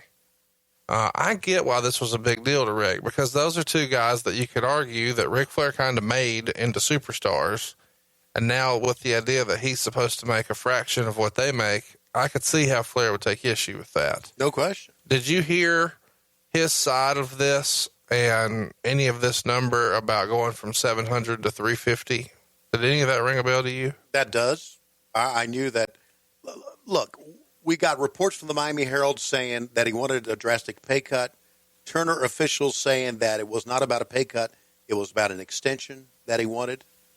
Somebody's bullshitting someone here. Sure. So I don't know who's lying here. Only thing I can tell you is this. The only thing that I feel in my heart that I know for a fact in all this negotiation is this. This is not a slight on Ric Flair. This is just the way it is. Don't think for a minute that Vince McMahon's people weren't talking to Ric Flair. Oh, of course they were. Yeah. And here's the thing, Bruce has talked about it before. The Brother Love show on the original SummerSlam from 1988 wound up being Hacksaw Jim Duggan, but the plan was for it to be Ric Flair. And ultimately, Rick got cold feet. Of course, Arn and Tully were already up there. Right. So ultimately, Rick got cold feet and didn't make the jump and decided to stay. And he has harbored a lot of ill will towards Jim Crockett for no one giving him a heads up that Turner only wanted this deal and would only buy WCW or Crockett Promotions if Flair was under contract. And ultimately, Crockett wasn't going to have to pay the fucking money anyway. Turner was. And so Rick, still in 2017, is half hot at Jim Crockett for not giving him a heads up and saying, hey, we're going to sign you to a bigger deal and it won't matter because I'm not fucking paying it anyway. And we'll let Turner pay it. Yeah. So he signed for less thinking, well, business has been down. I'll be a team player, and didn't get the big money that he probably could have got from Turner. And now this is a culmination of that. So, although the two sides here are saying that they're arguing about different things, in present day, Rick would say, no, it was about the extension. Yeah. In my conversations with Rick, he's told me, hey, I wanted an extension. Everybody else is getting locked in. They're bringing these new guys in for no money, chicken shit money. I'm not going to let myself expire when I know I've got opportunities to go do more. Right. If you want me to drop the belt and make somebody, I don't have a problem doing that. Just guarantee me I'm going to keep this same money for a little longer. Right. Not a raise, right. The same money. And why wouldn't they do that? If this was the same company that, 2 years ago, or 2 years prior, a year prior, wanted to buy the company because they wanted Ric Flair with the company. Yeah. Why would they do this a couple of years later? Well, here's why. One also has to reason that WCW lost approximately $6.4 million in 1990, and there has to be a day of reckoning when losses are that high. My feeling is that WCW, with all the cutbacks it is making in contracts, probably didn't like the idea of having to pay Flair $750,000 for the next year when they were probably just going to use him to get younger wrestlers over. However, in this case, there's far more to that scenario than meets the eye. So Meltzer's kind of freestyling there, that, and let me just, there's no way to talk about this. Later in life, Flair and Dusty were pretty good friends. Right here, that's probably not the case. And Dusty is trying to push Dustin and make other guys and pay himself and take care of his friends. He and Flair are not super tight at the time. Flair obviously has fallen out of favor with Jim Herd, who wants him to wear an earring and call himself Spartacus and change his look and not be the Nature Boy. So in an effort to, hey, I'm already off TV as Dusty Rhodes, I need to maintain my position as the booker. If Herd doesn't like Ric Flair, let me jump on here and say, hey, let's get on board with that. Maybe we don't need Ric Flair. We can save money. We can't justify the contract, blah, blah, blah. It feels like the American Dream and the Pizza Man trying to tag team Ric Flair here. Yeah, it sure does. Yeah. Yeah. I can't see that being beyond the realm of possibilities at all. Sure. Absolutely. Did you talk to Rick at any point during all this? You couldn't talk to Rick. I mean, we could bullshit each other, always, fuck around with each other. But Rick and I never did have, a serious conversation. No, we never did have a serious conversation because basically when Rick and I got together back then, we were both pretty drunk. Yeah. Roll tide on that. Okay. Meltzer reports late last week, a meeting was held with Turner Home Entertainment about changing the pay-per-view main event to Luger versus Wyndham. THE vetoed the idea, saying all the publicity had already gone out, including an expensively produced rap video for the show. In addition, it was too late to redo the infomercials for Request TV. This may have been someone's idea from the start, since the Flair-Luger match had barely been pushed on television, and instead had been reserved for Johnny B. Bad, the Desperados, who weren't even on the show. Love the Desperados. And PN News. Flair was at least partially responsible for Dusty Rhodes' departure as booker in 1988, when the two had a blow-up, and Flair was asked to drop the NWA title at Starrcade 88 to Rick Steiner in under 5 minutes. Unfortunately for Rhodes, Jim Crockett wasn't in charge of the company after November 1st, and TBS originally planned to build the company around Flair. That wasn't the reason Rhodes ended up out as booker, but it led to a few situations that were the reasons. Whether this was true or not, certainly there were a lot of people that expected Flair's role after losing the title to be to put over Dustin Rhodes. WCW would have to get itself a new belt since Flair actually owns the current belt, and under the circumstances, there doesn't seem to be a reason for him to return it. So what's interesting about this is, even now, in 2017, if you go Google Great American Bash 1991, the promo poster that was sent out features a giant poster or a giant image of Ric Flair in his robe with the belt and Lex Luger there. And it's also got Missy Hyatt with blonde hair and some athletic gear. And I mean, he's centered around the whole deal. But I find it interesting that this feels disconnected again, which kind of lends itself to what you were talking about earlier. Turner didn't really know what the fuck they were doing. So the people who are producing the video and the pay-per-view, Turner Home Entertainment, don't want to change the advertising when the wrestling company understands we're not going to be able to deliver what's in the fucking advertising. Were you involved in that process, and how fucking ridiculous does that sound? Well, it was ridiculous because where I came from, the WWE, they were more organized with their thought. Right. That was once you're taking a look at WCW, Turner Home Entertainment, which was Steve Chamberlain, great guy, smart guy, knew his stuff. But they should not have been sending out the pay-per-view stuff. It should have been WCW sending it out. Right. Not another division of Turner Broadcasting. And there is one of the reasons that we failed anyway. Also, I do know this. According to Turner Home Entertainment, the promotion for the next pay-per-view had to be sent out because of deadlines much earlier than we were ready to promote it. That's why you would see during this year commercials in the show that just generically promoted the next pay-per-view. Right. Which, believe you me, you look at some of that shit, you think, that sells nothing. That gets nobody excited about the next pay-per-view. But because of the deadlines, we had to adhere to those deadlines. And it was wrong. It was absolutely wrong.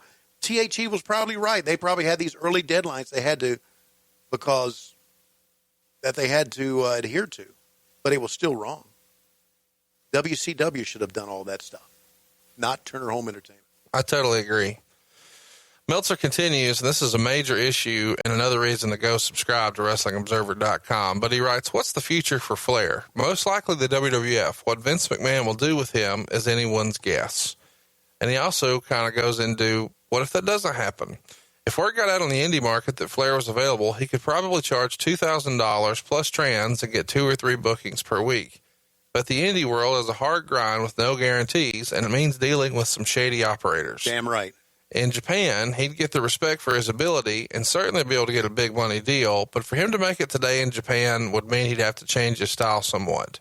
Flair has never had a chance to go to the WWF, and he may have made that move this past year had there been an escape clause in his contract. If he had done it then, it would almost been a sure bet to have him headline this past WrestleMania against Hulk Hogan, which would have been WrestleMania 7. While at one time, Ric Flair and the NWA were synonymous, Ric Flair and WCW are not synonymous. WCW is synonymous with disaster. Ric Flair is synonymous with misused potential. I think McMahon will push him as one of the top singles attractions, but there's still that thing in the back of one's mind that wonders, does King Hoss Flair have a nice ring to it? Of course, Meltzer's joking that right. Vince always changes everybody's gimmick and wouldn't just let him be the nature boy. Right. When you realize, hey, this is really going to fucking happen, and Flair's leaving, did you think he'd go the indie route, he'd go to Vince, or he's going to try to go to Japan? Well, I didn't. He wouldn't go the indie route because indie wrestling at that time, I don't know how it's perceived now. I don't even know in the state of wrestling today what is perceived as indie. But the indie route back then was perceived as a bunch of, as you said from Meltzer, a bunch of shady operators. Right. That you couldn't even be guaranteed you'd even get paid. I never thought he would do that. I thought Japan was a possibility. I pretty much knew that the WWF was where he was going to go. How did you think he would do there? Well, I thought he would be great. But then again, I was concerned about would they change his persona just to stick it up WCW's ass. Which they had done. That's why they put polka dots on Dusty Rhodes. Sure. That's why Dustin Rhodes Natural became Gold Dust. Let me ask you this. Naming the one-man gang, Akeem the African Dream. Yeah. Putting Dusty Rhodes in polka dots. Right. And making him clean toilets and stuff like that. Naming the manservant for the $1 Million Man, Virgil. Right. You think all that's a rib on Dusty? Yeah. Stick that in your pipe and smoke it, Bruce Pritchard. Well, Bruce Pritchard told me, and I remember the day. He sent me down. He said, Dusty's coming in. I said, really? He said, yeah. He said, we're giving a gimmick where he said, you ready? I said, yes. He's going to be wearing polka dots. I said, you're a lying motherfucker. He said, no, he's going to be wearing polka dots. I'm serious. I said, no, he's not. I said, you're ribbing me. No, I'm not. Yes, you are.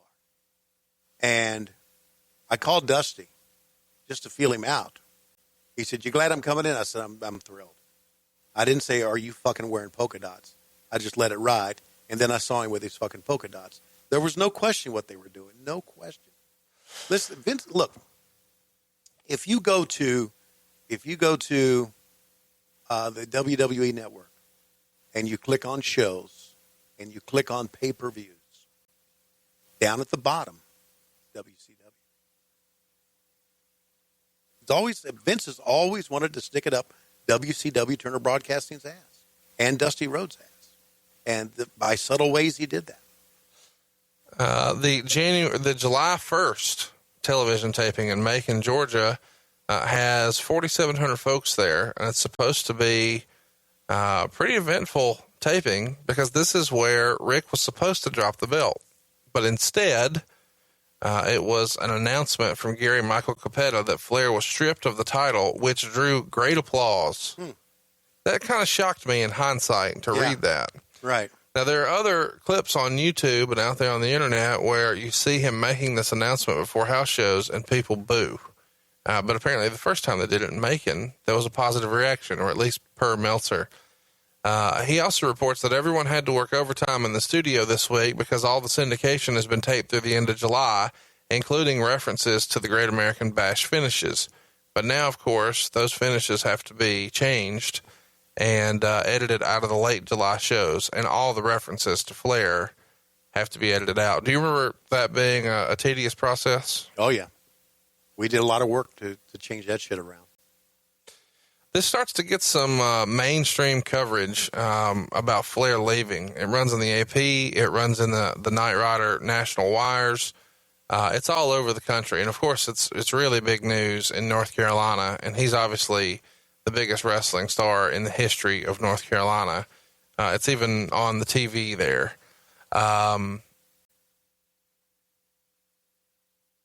What's the feeling from your end when you know that this is really happening? He's really gone. Does this start to feel like the beginning of the end for WCW? Does this kind of play into your doomsday scenario a little bit? Yeah, I think we're right at the end now.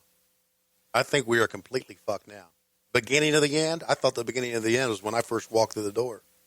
Or the beginning of the end was when Jimmy Crockett sold his company to Turner Broadcasting. I mean, look, we had a meeting. It was a Christmas meeting right before Christmas. We were told that Ted Turner was going to address WCW, the office, and if the boys wanted to show up, they could show up. We did it down at the Omni Hotel, and this was right before Christmas of 1990. And Ted Turner walked up and talked to us all, and he said, now, I know WCW is losing money. He said, but don't worry about that. He said, hell, CNN lost money for 10 years before we could make a profit. So we stick with things if we think it's going to be. And he said, you know, he talked about how much wrestling was important to him. He even talked to Gordon Solie because he knew Gordon. Big Van Vader was there and asking for his autograph, which we all thought was kind of funny. And Flair even said something to me afterwards. He said, that's a great show of confidence right before Christmas time for all of us.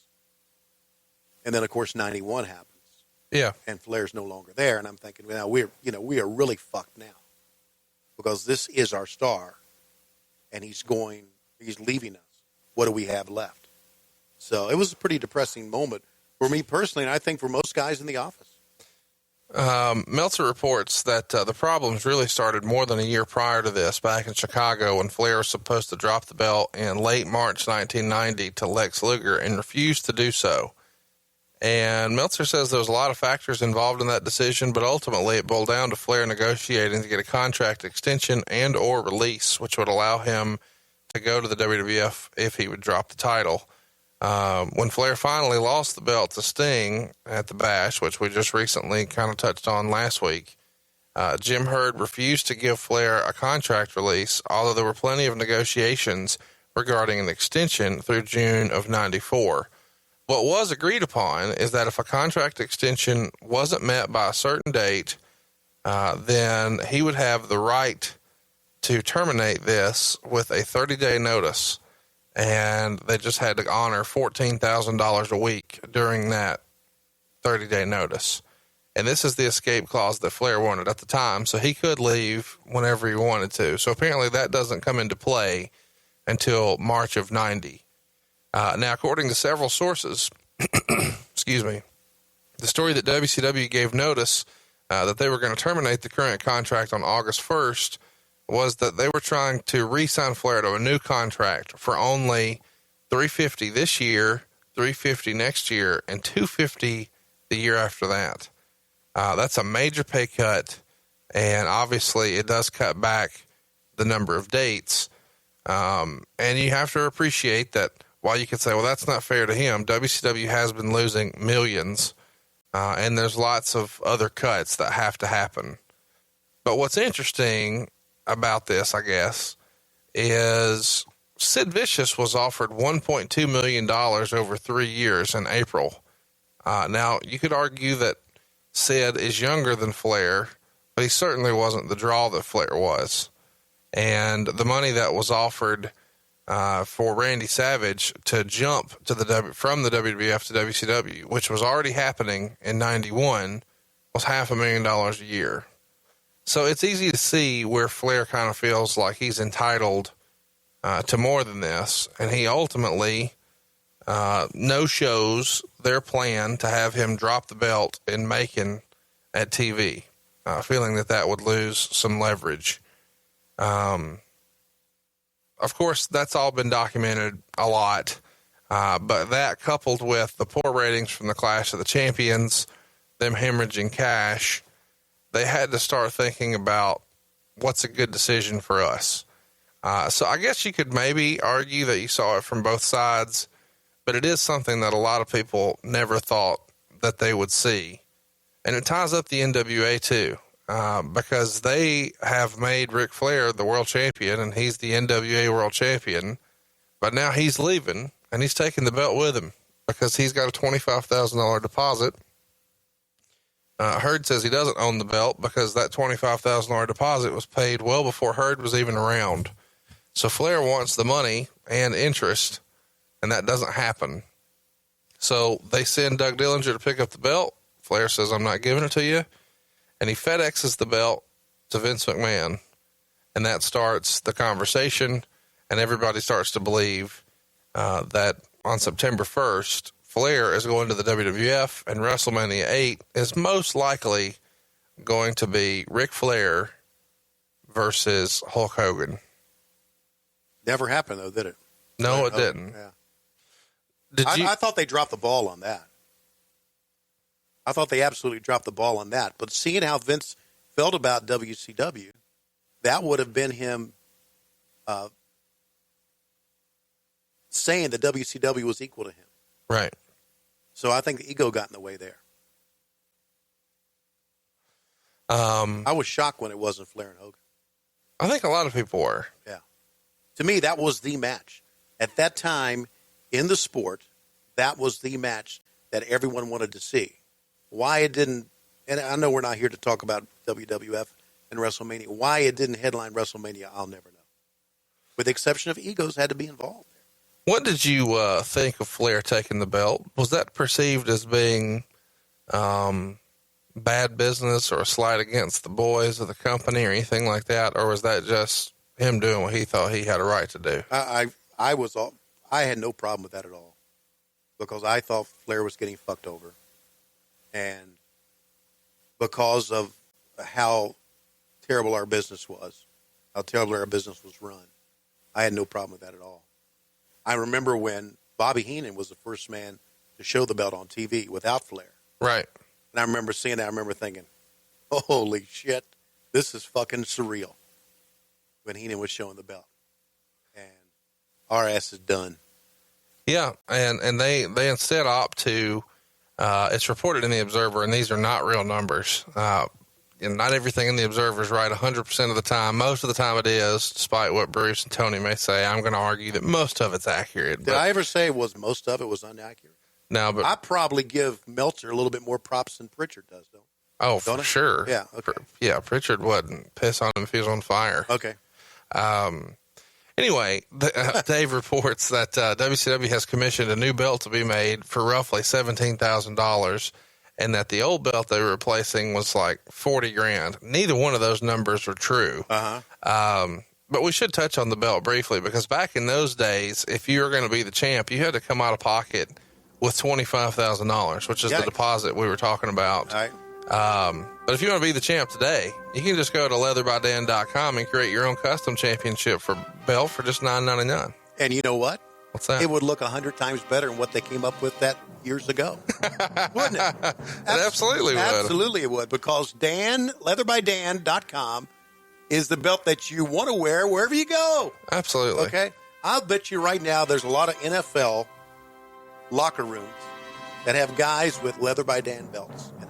I'm sure there are. Wouldn't surprise me at all if, let's say, they have the top weightlifter or let's say my Washington Redskins the top weightlifter wins the championship belt, it's probably done by Leather by Dan because it's done to your specification.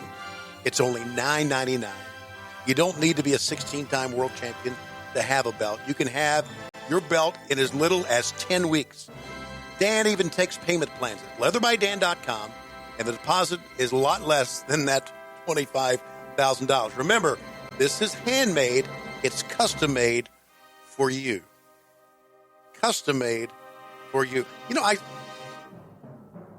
why not get a Deborah McMichael belt? Why not? Okay. Isn't it time that you got nudes of your wife on a belt, Jay-Z? I mean, Super Dave, don't you need to let everyone know that you're the slapdick champion of Texas? Dan even makes kid sizes. You know who you are. Leatherbydan.com is fast and affordable. And you may be so excited about your new Leather by Dan belt that you wear it to the bars and offer to stir ladies' drinks with your Johnson. You could be styling and profiling in this thing in as little as 10 weeks. Now, he can't guarantee that when you get this belt, you won't be strutting around the office with it. He guarantees that you'll get it quickly in as little as 10 weeks, and he guarantees a great price. But he makes no promises that you won't get ass naked and tie balloons around your dick at parties while you're wearing it. Because that is the quality that you get at leatherbydan.com. And why is that? Because Dan is the fucking man. In the July 22nd edition of The Observer on Sunday night, WCW has its first chance to prove it can survive without Ric Flair. By the end of the Great American Bash, a show Ric Flair could not have saved. The only thing proven was that Flair was worth more to the company than it ever realized. That's Dave Meltzer's opening line about the Bash. What do you say? I say he's right. I say that it was I've used the word surreal already this week. I'll use it again. I think what happened with Flair just put a dark cloud over the company. I don't know if it bothered anybody's work rate that night, but I know we didn't feel right the entire night. It's reported that about a week prior to the show, WCW offers Flair a one-year contract for $750,000. And according to several sources, this was more of a response from the legal team from TBS because they've discovered they had no grounds for the firing, which is pretty hilarious when you think about it. And there's talk that WCW thought they could get Flair to come back and renegotiate because he just opened up a gym in Charlotte and needed guaranteed money in order to fund that and make a living. And there's no real way for him to earn even $350,000 in wrestling at the time, according to many folks' estimations, unless he was pushed in a main event type spot with the WWF and maybe had a main event slot at WrestleMania. He wouldn't earn anywhere near that $750 figure with Vince.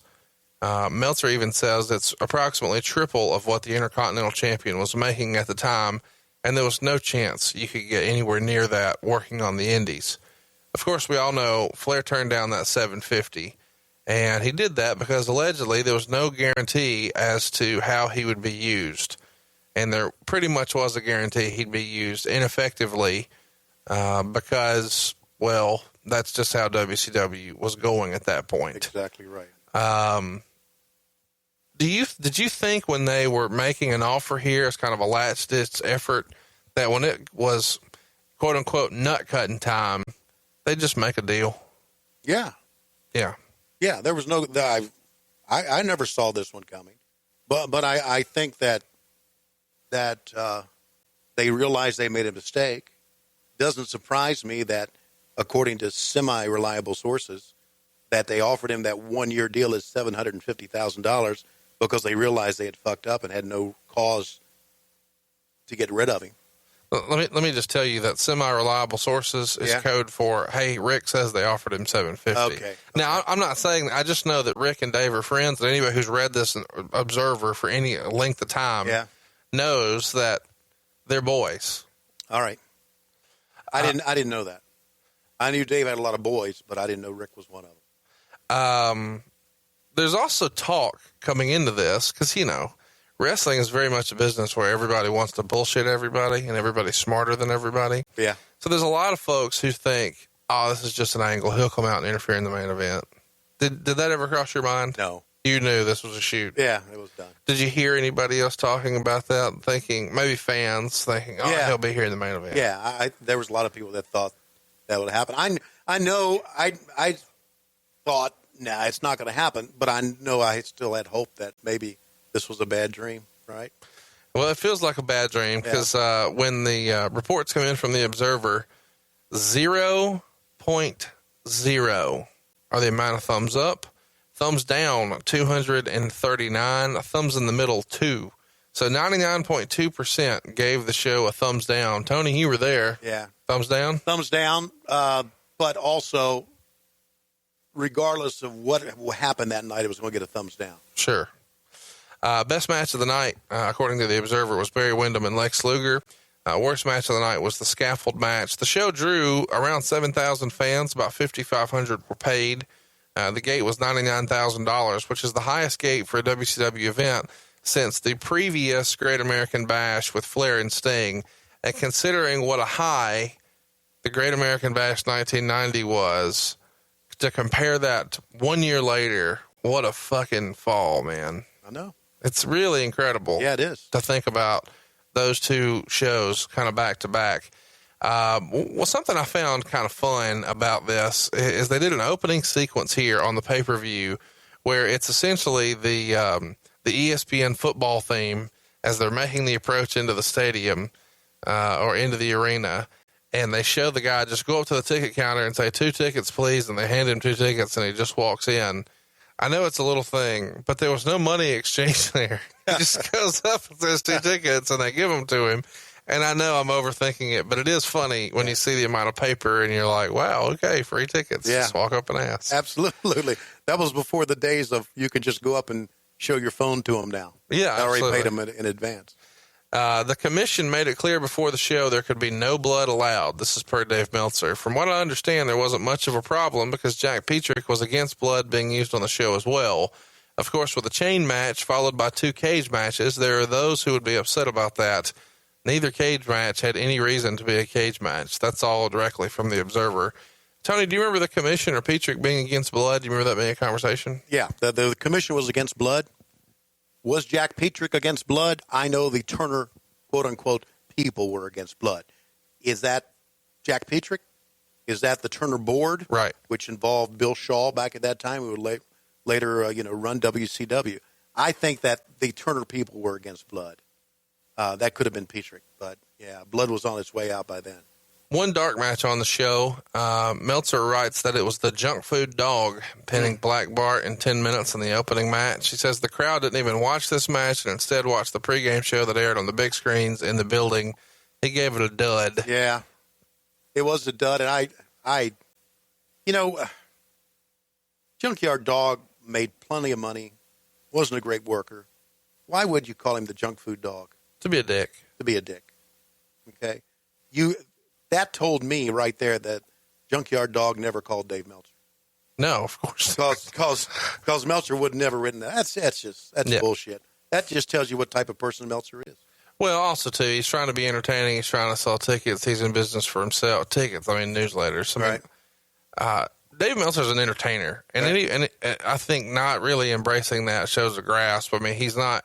And I know a lot of people say, oh, he's the greatest journalist since this or that. I've loved his shit for 20 years, but I also get that him making little snide and snarky comments keeps some people engaged and coming back and gives them a reason to read it. He's trying to sell fucking issues. Yeah, I get it.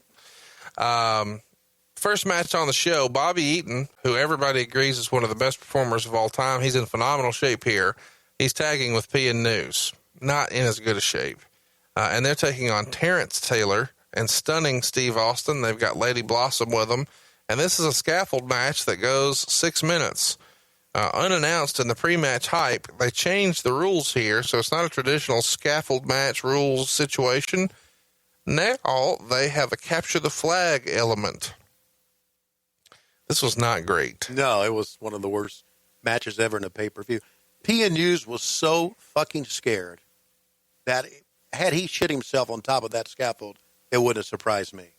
You watch that, he just locked himself in. I mean, how could a man that big be on a scaffold like that without killing himself? Well, I do think you had a smart line in here because at one point he's not moving and he's just standing holding the rail in front of his own flag. And you referred to him as like a goalie. Yeah. Because if you're going to get that flag, you got to go by him. And that's a lot of men to get past. Yeah, boy. But in reality, he ain't fucking moving. Right. That was me improvising. By golly, how about that? Maybe they didn't pay me enough money. Going to the ring that night. Maybe I should have renegotiated my contract. Absolutely. Why not? Shit. They had the money in the budget. They just cut Flair. They're walking down this big ramp, which we talked about last week on our Halloween Havoc episode. Yeah. And you see rows and rows and rows of empty floor seats from the way it was set up. Yeah. And maybe it's because who wants to be on row double Z on the floor where you can't see shit? Exactly. But it looks bad. Was it a rib on Bobby Eaton to have him with P and News here? It feels like this is almost punishment to be after you're going from Dennis Condrey and Stan Lane. Now you're with fucking P and News. No, I don't think it was a rib on Bobby. I think they're just looking for someone to help P and News so they wouldn't puke. Of course, what could Bobby say to you that you would understand? Yeah. Exactly. Is that a Huntsville thing? It is. Talking like that? It is, yeah. Okay. I do a podcast, though. I'm overcoming. I've beat anorexia, too. Terrence Taylor was the computerized man of the 1990s. Yes, he was. Scale of 1 to 10, how fucking horrible is that? What, that he was the computerized man of the 1990s? What the fuck does that even mean? All right. Okay. You know, I was involved in that whole gimmick. You do realize that, don't you? That was your idea I'm shitting on? Yeah. Well, it wasn't my idea I'm shitting on. Terry Boatwright was a friend of mine. And only, of course she is. Stop it. Terry Boatwright was a close friend of mine. I'm sure she was. Okay, that everybody thought I was having sex with, and I wasn't. Okay? Who was? Okay. Who was having sex with? Well, Dustin Rhodes was. They got married, okay? Yeah. Terry was a good friend of mine, and I remember Olli Anderson saying to me, and this is before Dusty took the book, she's a good-looking girl. What can we do with her? And I remember talking to Terry, did our makeup. I said, why don't you and I get together and discuss what you can be? And we came up with a casting couch. No, we didn't go with you son of a bitch. I'm going to run this company someday, sugar. If you know what's good for you. And I ain't going to run it in the ground, baby. No. She was a good-looking girl. How do you feel about water buffaloes? I can shampoo one. You. Oh, son of a bitch. Where was I? What was I talking about? You're talking about how you used to... And we came up with Alexandra York, the lady, the computerized woman. And we talked about that, and that was an idea we had, and I guess they ran with it. Dutch Mantell, who has always been a good guy and a very talented guy, one of the most talented guys in the business, had an idea for a video where he would get with Alexandra York and say, can you tell us the strong suits or the strong points for the Desperados? And she would print out something, a little piece of paper. And he said, now tell us our weaknesses. And she would hit a couple buttons and it would keep spitting out the paper. We would go to a match. We'd come back, let's check with the Desperados. And now they're all fighting the paper and everything. So that's pretty fun. Yeah, Dutch had all that shit in his head. He was a very underused guy. So anyway, going back to that, we had some talks, and I thought, why not? You know, everything's kind of moving to computers, right? Back then. So the goal is then let's give them more dignified names. So they're Terrence Taylor and Richard Morton. Well, she gave them those names because she wanted to be more dignified. She did, not me, not us. So your idea was to go out and have wine with her and figure out what she was into and then say, that's great. No. I'll put you with Dutch. No, that was not it at all. My idea was come up with ideas. And she wanted to be more involved with through the armpit, over the muscle. She wanted to be more involved with the company. From the bottom? No. How did they do it? What? Never mind. You are at many times. You're a no good motherfucker. Many times. Thank you. I resemble that remark. You're welcome. When did you know that Steve Austin was going to be special? Oh, first time I saw him. Really? Absolutely. What was it about him that made you realize that? Because he looked the part. Hell, he could work. He was just absolutely tremendous. He was, and he has a swagger about him. Yeah, a swagger about him. And if you want to take just a slice of what was wrong with us and what was right with them, we had stunning Steve Austin, and they had Stone Cold. He's a Texas guy. They took what was best about him and made it best and made him a megastar. We didn't do it, did we? No. No. But you did make him the TV champ, and he's being presented here as a big deal, and he's got Lady Blossom with us. And that's worth the price of admission. I need you to tell me a little bit on. I knew you were going to lead me into that. Yeah. Yeah, nice lady. Massive boobs. Massive. Okay? And you couldn't help but notice those. Let me ask you a question. You know what you're trying to do, don't you? I've been married almost 36 years. Listen, you're trying to fuck that over is what you're trying to do. Do you think there's no chance Lois Shivani, A, is awake right now, and B, would even listen to us? Is listening to this? She doesn't listen to us. She's cooking Blue Apron and watching Young and the Restless. She's not fucking with this podcast. Okay, you're right. I've noticed a trend here. All right. You loved Deborah McMichael. Yes. Really enjoy Lady Blossom. Yes. You and Steve Austin have a lot in common. Well, in many ways, no. No, I'm not saying you're Eskimo brothers. Okay. I'm just saying, Google it. I'm just saying, y'all have similar tastes. Y'all like the same things. We notice beautiful women. Blonde hair, big boobs. Yeah. Roll Tide. Yeah, absolutely. Some of the things that Lady Blossom put on or failed to put on when those big matches were pretty revealing, don't you think? I don't have a comment. Okay. What are they doing? What's the Divas doing now in WWE? What are they? One of them is Ric Flair's daughter. What's that? One of them is Ric Flair's daughter. Well, I understand one of them is Ric Flair's daughter, but a lot of them are just very voluptuous women, wouldn't you say? I'm sure they're all very nice ladies. Well, of course they are. We're talking about Lady Blossom. Why are you trying to change the subject? Where are you trying to go with this? I just wanted you to give me some Lady Blossom. Did you ever try to munch them panties? No. Okay. No. Well, listen, I'll play the hits, man. How fucking dangerous was this scaffold? Oh, it was terribly dangerous. I never knew, and even back when the Road Warriors took on the Midnight Express, I don't know why they ever came up with something like this. It seems like ridiculous. Somebody could fucking die. Exactly. Live on pay-per-view. Cornette blew out his knee. Well, yeah, but that's like the tamest thing that could happen from this. Yeah. That's like the best possible scenario. But again, you're reaching for things. You're down the road they're going to have a Chamber of Horrors match. They're reaching for something different, to try something different. On a scale of 1 to 10, would you say as far as in-ring performer, Bobby Eaton is a fucking 9 or better? Yes. And Stone Cold is in that neighborhood. Yes. And Terry Taylor's in that neighborhood. Yes. Let's put them on a fucking tiny scaffold and not let them do anything. Yeah. What the fuck? What the fuck is right? Yeah, I mean, I get if you've got guys who can't. Like, put Elegante up there.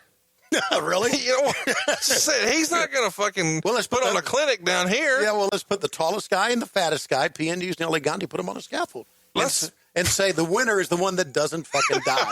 Okay. It's a Roman Coliseum. Right. Put lions below it. Exactly. There must be a winner. If you don't die, you win.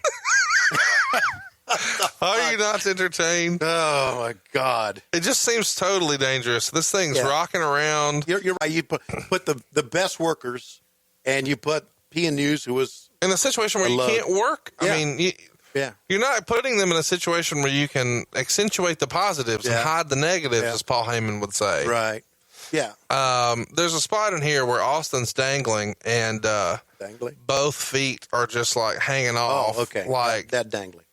Oh my God. Okay. And then there's another spot where Terry Taylor is just wide open. Yeah. And then grabs the rail at the end just to stop himself. But the thing is, if you've ever used a scaffold like this, you know those bars move. Right. So you could get to painting somewhere closer or whatever. Right. So what if that thing wasn't latched? He's gone. Right. Like dead. Yeah, exactly. I found it interesting to watch this too, because a lot of times people sleep on him, but there is a huge Bobby chant during this match. Bobby Eaton was over in 91.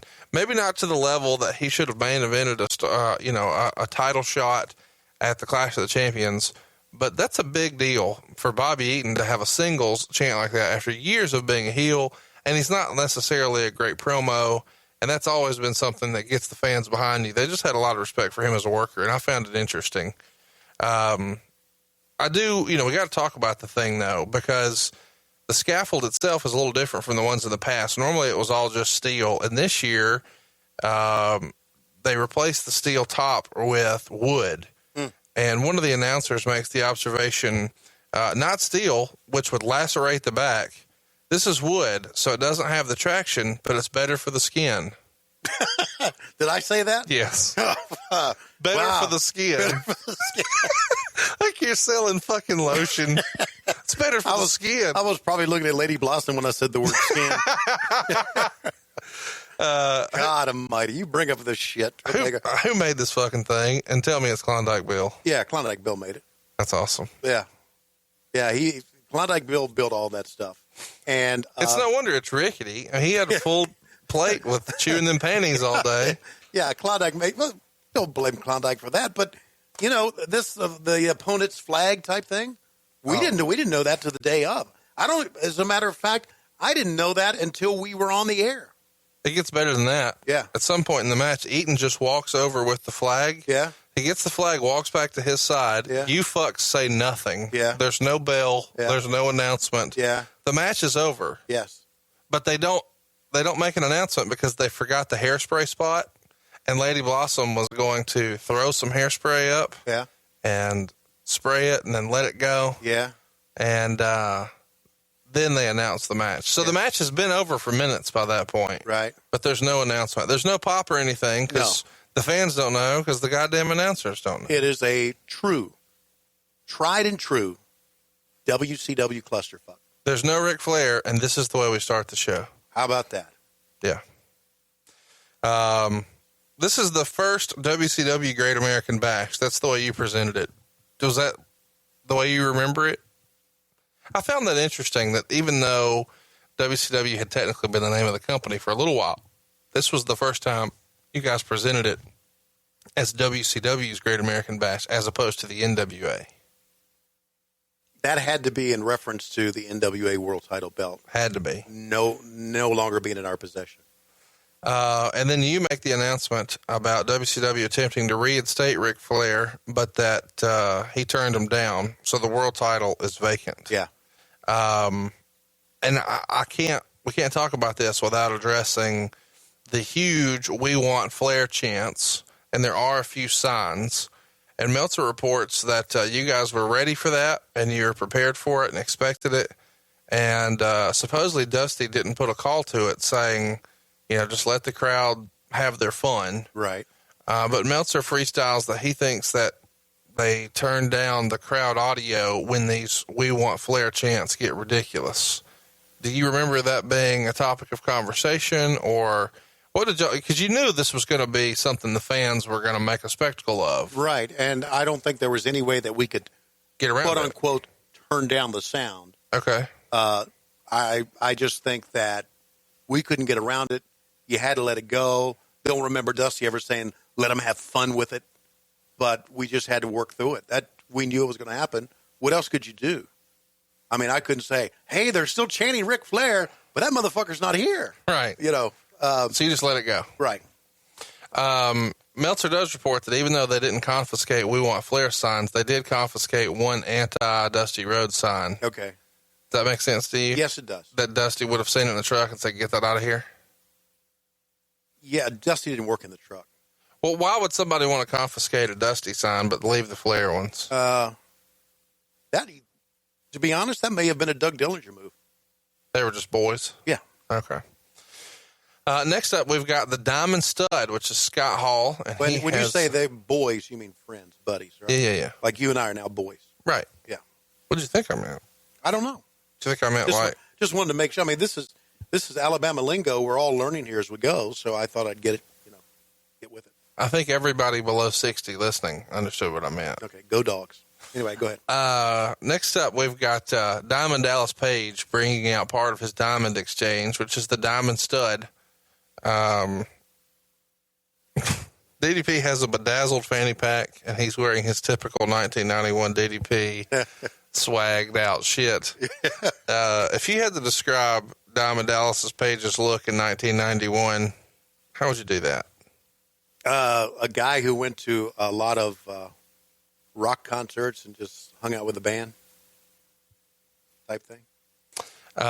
They start to promote Diamond Stud's finisher as the Diamond Death Drop. Of course, this would later be Razor's Edge and Outsider's Edge and all that. Yeah. Pretty innovative move at the time. Yeah. Nobody else was doing it. How great did Scott Hall look in this match? He looks great every time he ever had a match. Tremendous. I feel like he's like the prototype for a wrestler. No, I'm talking about the body. I mean, he looked the part, man. Now, were you more excited by him or Z-Man? Because Z-Man's in the same match. I led you into that. Thank you. You know. Now, what was interesting to me about this is Z-Man comes out with a bunch of ladies. Did you recognize any of those? Who were those chicks? I did not recognize any of these girls. But are you trying to infer that I have a man crush on Tom Zink? Is that what you've been trying to infer the last couple of weeks? Well, I'm not inferring it. You're saying it. No, I'm not saying it. Out loud for hundreds of thousands of people I to hear. can't say that a guy is a nice-looking man. You just said that about Eric Bischoff 20 minutes ago. Right. It's fine. All right. But you want to take it one step further, is what you want to do. How many diseases do you think he gave those women he came to the ring with that night? If he had any, they probably all got it. There was a sign in the crowd that they shoot here that says, the number one stud is Z-Man. Did you make that sign for that lady? I did not. Okay. But I would have nodded my head. But then when I take a look at Scott Hall, I'm thinking, Scott Hall is very attractive in a very exotic European sense. How jealous were you of the woman that DDP called into the ring to pull off Diamond Stud's pants? That was pretty cool. I wasn't jealous of him, but pretty cool move. Did you help him practice that move? No, I did not. I did not. Did you offer? I did not. Who would Jim Barnett have liked more, Z-Man or Scott Hall? I mean, as a wrestler, Z-Man, probably. Where? I'm just asking. I don't know. I don't know what I knew what Jim Barnett liked. What does he like? Well, he liked guys. Oh. Okay. You didn't know that? I thought you meant like ice cream. No. Okay. Like guys. Like Jim Barnett was gay. Really? Yes. Okay. All right. That was well known in the business. So now me asking which guy he likes better may have come off a little weird, huh? Right. Yeah. Probably like both of them. Jim, it was well known. He didn't try to hide it. I'm just kidding. I knew that. Okay. I'm just busting balls. Yeah, I know you are. I'm trying to make some sense of this bullshit talk we've gotten into here. Somehow 200,000 people are listening to this, and they're not listening to hear us talk about Ron Simmons. Okay? Yeah. They're doing a tooth. I love Ron Simmons. I did too. But, we're going to talk about he was a badass athlete, and then what? Somewhere, weeks from now, someone's going to say, Ron. He'll say, yeah. He'll say, fans would rather hear about a gay guy than they would you. And you'll go, damn.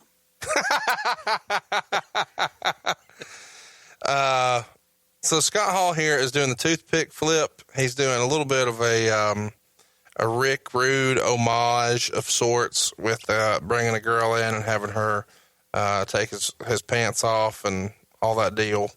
His warm-up's off. Yeah. The match goes about 7 minutes, and Z-Man goes after DDP and hits him with a super kick. Page tries to go over the top, can't, so he just falls through the second rope. And then Stud knees him from behind and then hits a back suplex, a belly to back with a bridge is what Jim Ross calls it. So Diamond Stud pins Z-Man here, and it gets a 1 3/4. It's worth mentioning, Meltzer rated the scaffold match -3.5 stars. So we're off to a good start. And I would agree with Meltzer on that. So, see, I'm not shitting on him every broadcast. I found it interesting because in this match, Scott Hall does what we now know as a choke slam on Z-Man. Do you remember what you called it? It's the first one I remember seeing, and you referred to it as a diamond choke motherfucking slam. I don't know. What did I say? Throat slam. Road slam. Throat slam. Throat slam. Yeah. Pretty cool. So Gary Michael Capetta announces next, soon to be appearing with the Grand Wizard, not of the KKK, is Oz. Thank God. The Wizard was Kevin Sullivan. Yeah. We just talked a little bit about him earlier, that he's one of the great booking minds ever. Did he have the monkey with him? No, he'd already killed the monkey by this point. We'll talk about that in another show. The monkey. We're off the fucking rails. Oh God. He didn't kill the monkey the same way that Tom Zink was. Tom Zink was killing the monkey right here in 91. The monkey almost killed himself that first time. You know? Monkey suicide. Oh God damn. Tony is tickled. We'll be back in a minute. I'm gonna fucking pass out. Tony was a good man. Where were we? Let's move on. We're starting with Oz coming to the ring. Oh God. And here's something I bet you didn't know. Look to your right. Holy shit.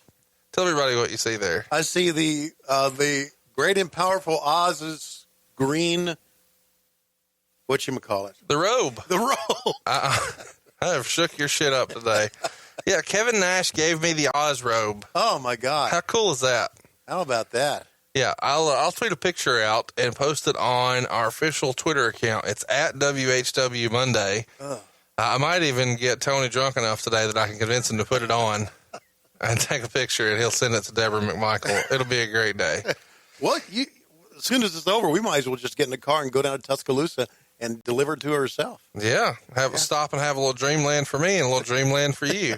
There won't be any ribs in here, so she may get one. This whole show's been one big fucking rib. It has. Okay. Yeah, we're about 2 months into a rib. So Kevin Nash clearly hates this fucking Oz gimmick. Yeah. This is the last time we'll see it. He's going to be repackaged. He had been a master blaster by this point. He had argued that this Oz character is fucking dumb because it's not a person, it's a geographic region. And back then, bags didn't have wheels on them like they do now. And he had a giant Tupperware thing, and he had to carry this fucking giant robe airport to airport all across Europe when you guys did to be out of this gimmick. And this is one of the last appearances we'll see of it. Ron Simmons, who's starting to get a singles push here, serious athlete, pins Oz in about 8 minutes. Jim Ross says that both men could bench press around 500 pounds. But Meltzer says in this match, neither one could get an ounce worth of heat. Really bad match. Simmons won with a flying shoulder block, and Meltzer says that's the end of Oz, although there was no word, although now there is word that Kevin Nash will be kept around and given a new role. He gave it a dud rating, and the fans agreed because it got serious boos. But it wasn't the end of Oz. And boring chants. I'm pretty sure that was a wrap for Oz. No, Oz went and wrestled on Halloween Havoc, 1991, and lost to Bill Kazmar. Well, look at you. Okay. So the original plan, according to Meltzer, was that Oz was going away. Yeah. So see, this is helpful. Sometimes here's what we'll do moving forward. I'll watch the correct show. You watch the incorrect show, okay. And then you can correct the Meltzer fallacies in between. Yeah. All right. They do a top 10 ranking next, and I've always been fascinated by the top 10s that WCW used to do. I find them interesting, especially here in hindsight. Let's go ahead and have fun with these top 10s and see if you can guess who you think some of these names on here might be. Number 10, you want to guess? Tom Zink. Johnny B. Bad. Okay. Number 9, okay. Ron Simmons. All right. Number 8, Diamond Stud. So we've got some pretty good wrestlers here with Ron Simmons and then Scott Hall. Right. I'll give you a spoiler. Number 6 is Arn Anderson. Guess who's between Arn Anderson, Scott Hall, and Ron Simmons? Who's right in between them? Tom Zink. Elegante. Okay. Then the top 5 are pretty legit, though. We've got Bobby Eaton, Stunning Steve Austin, Sting, Barry Windham, and, of course, Lex Luger. Dustin wasn't in there? No. No. They left him off. Okay. Maybe trying to placate people. Yeah. Next up, we've got Richard Morton defeating Robert Gibson. They go 17 minutes in a match that Meltzer gave a 1.5 stars. He thought it went too long. They started brawling on the ramp before the match even started. And at the 4-minute mark, Morton went after Gibson's bad knee and basically worked on it the rest of the way. And Robert did a great job selling the knee. And Alexandra York distracts the ref as they both get in the ring. Morton takes her computer and comes off the top rope with it for the pin. And that's it. So Richard gets the win. A lot about this seems weird to me. First of all, Ricky working as a heel. Yeah. I'm so used to him being a babyface. Absolutely, yeah. His tights down the side. So even though he's supposed to be this classed up version and he's Richard, he's still wearing bandanas on his tights. And down the leg, it spells Ricky Rickey. I've never seen him put an E in his name ever. Have you? No. Well, his fucking pants say Rickey. He probably had them made and someone misspelled them. And he said, fuck it, I'm wearing them. I had to wear them, yeah. The ref in this match was Bill Alfonso, who a lot of people remember from the old ECW stuff that he did with Sabu and Taz and Rob Van Dam. How was Bill Alfonso? Good guy. He worked out of Florida, too, I believe. He did? That's right. Yeah, Bill was a good guy. Do you think that this match went too long at 17 minutes? No, I don't think there's any question. I think a lot of pay-per-view matches went too long. The whole angle comes about when Alexandria York invites Richard Morton to join her on June 12th, and Robert tries to talk him out of it. Yeah. And then, of course, they fight. A lot of people didn't want to see the end of the Rock and Roll Express, but I guess you could argue that, you know, as hot as they were in 85 and 86, it's probably time to look at doing something different by 91, just freshen them up. I think so. They never really achieved the same success separate that they did together, though. And the finish, you guys have a great line on commentary. You say, the computer was the difference. It always is. It always is. Even here in 2017, yeah. It's the difference. Because it made the difference in me watching Great American Bash and you watching Halloween Havoc. Yeah, it's just a click away. Click difference. It was. Okay. Next up, we've got a promo with the Young Pistols and Dustin. Dustin, at this point in his career, is still, at least in my estimation, trying to sound like his dad. It sounds like he's doing an impression of his dad in the promo. Hard not to, I would think. I would imagine. I can't imagine growing up with that as your dad and you're in the same company and talk about a bad spot. He's got a lot of pressure. Yeah. But he was a good worker. Absolutely. He was tremendous. We talked about it on our sister show, Something to Wrestle with Bruce Pritchard, where one of the ideas for WrestleMania 9 was to have Dustin main event against Hulk Hogan. I thought that was kind of interesting. Dustin as a heel, which could have been fun. Yeah. Of course, that didn't happen. Dustin Rhodes and the Young Pistols, which we've talked about before, they have had a few different names. The Young Pistols, the Wild-Eyed Southern Boys. Right. It's Tracy Smothers and Steve Armstrong. One of my favorite tag teams, very underrated. They're tagging with Dustin here against the Freebirds, which are Michael P.S. Hayes and Jimmy Garvin, but they've also got a man under a hood named Bad Street, which is actually Brad Armstrong. Right. Goddamn Candyman. Goddamn Candyman. Arachnaman. Lots of questions about when we'll have a Candyman t-shirt. We need to work on that. It's an elimination tag match, and Meltzer writes, these guys could have had a great match, but it just didn't work. It was really bad early, and it's hard to understand why, given the talent involved. Steve Armstrong was pinned after a double DDT in 13 minutes and 49 seconds.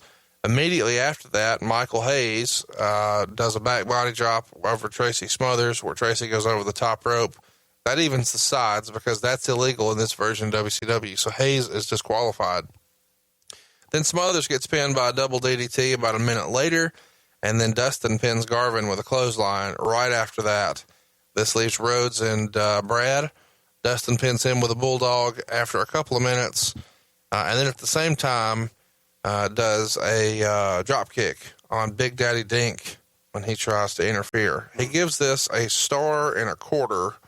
A couple good things here we haven't really talked about a lot. Michael P.S. Hayes has on his tights Fantasia, and I know that that's what Dusty called him, But why is Michael Hayes referred to as Fantasia? We fans have never heard the full story there. I have no answer for that. There was a big Gordy chant going here because he's obviously the missing member or one of the missing members of the Freebirds. Hayes getting DQ'd for putting Tracy over the top. What'd you think about that? That if somebody in this particular situation, Tracy's just charging him, Hayes leans down and then stands up. And when he does, the momentum takes Tracy over the top and then Hayes is disqualified. What do you think about that as a rule? The over the top. Yeah. Yeah. I never did like it. I think it's dumb. Yeah. I mean, you can get away with almost anything. Why not get away with throwing them over the top? I feel like we've talked about it before. In fact, I know we have on the Great American Bash, but it's worth mentioning again. How fucking underrated is Jimmy Garvin? Tremendous. I think he's one of the forgotten guys who really knows how to put on a good match. Yeah, could talk, had a good look. Everything. Could do everything. You have a man crush on Jimmy Garvin? Well, he does have good hair. All right. What would Jim Barnett think about Jimmy Garvin's hair? He probably thought the hair was very nice, long, and flowing. Who could argue that? Yeah. Any good Michael PSA stories? Yeah. You know, when Eric Bischoff took over the company, he gave Michael PSAs a hard time about thinking the Freebird gimmick was old, thinking it was, not early 90s, 80s gimmick, and he had to change it. I remember because Michael and I did some shows together. I think some of the old WCW main events, we did opens and closes. Right. And I remember Michael telling me, he said, I can be anything he wants me to be. If he doesn't like the Freebird gimmick, fine. Just tell me what you want me to be, and I can be it. And he could have. Right. But for some reason, Eric didn't like the old Freebird gimmick and gave him a hard time about it. But then again, we had no alternative to make him. I guess maybe Eric thought he was a Freebird for life, and you couldn't change it. Right. But Michael could do anything. Talented kid, man. Loved him. Got any good Humperdinck stories? No, but I went to his. Went to Michael Hayes' wedding. Really? Yeah, sure did. Went to Michael Hayes' wedding. Was on the Bruise Cruise with Michael Hayes and his wife, Jimmy Garvin and Precious. One of the more misunderstood guys in the business. Really smart to the business. Really good guy. Fun to hang out with. Yeah.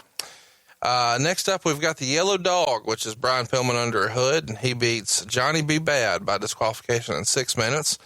Meltzer says it's a very long 6 minutes, too. He writes that Bad does a great ring entrance, which is a line that will appear in at least one observer each week. He really is over with this ring entrance. Meltzer contends he's nowhere near ready in the ring for what they're pushing him for. He says he does a great sunset flip off the top rope and clearly has potential, but he's years from being ready in the ring. Yellow Dog hits a flying body press and has Bad pinned when Teddy Long interferes for the DQ. After the match, Bad sucker punched Dog to the floor. He gives it 3/4 of a star. Anything stick out to you about Johnny B. Bad and Yellow Dog here? Johnny B. Bad had the look of Little Richard. Right. That's why they called him Johnny B. Bad. Good kid. Would do anything they wanted. And I think he's gone on since the business, do some great understanding, some work. But again, he was pushed too soon, and we were at that point now where we were trying to push guys too soon. Next up, we see Eric Bischoff overseeing that a love note is being delivered from Jason Hervey to Missy Hyatt's locker room. He follows in and eventually realizes she's in the shower. They tease that you're going to see Missy in the shower. Of course, that doesn't happen. Yeah. And Meltzer writes, Bischoff looked like he was auditioning for the WWF with his 1960s used car salesman insincere overacting. Wow.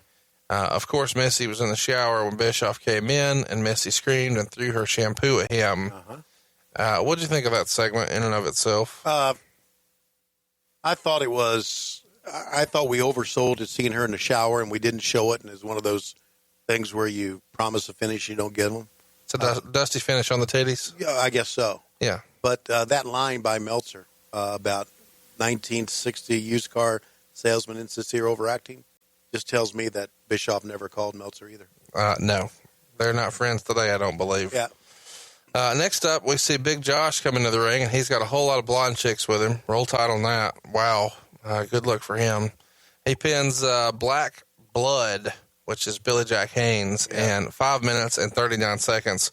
They say that Black Blood is from a little town in France, and the graphic says that he's with Kevin Sullivan, but he's out by himself. Right. Typical WCW. Yeah. Nobody cared about either one of these two, but their work in the ring was solid and stiff, according to Meltzer. The Lumberjacks brawled as well. The finish saw Blood about to hit Josh with the axe when Dustin Rhodes grabbed Bourne's axe handle and hit Blood in the knee, and then Josh inside cradled him for the pin. That made 4 people that Dustin had single-handedly beaten on this show, star in 3/4. So you can really see by the tone of Meltzer's writing that he feels like there's lots of nepotism at play for Dustin and Dusty. Well, he never liked Dusty at all. So, yeah. I mean, I can see him writing that. And going back into it, I can see where people would have probably thought that as well. Let me tell you something about Black Blood. I knew Billy Jack, and he was an odd person. But I remember when we first had him on a show, and I think it was a worldwide show, I'm not sure, and I was doing the commentary. And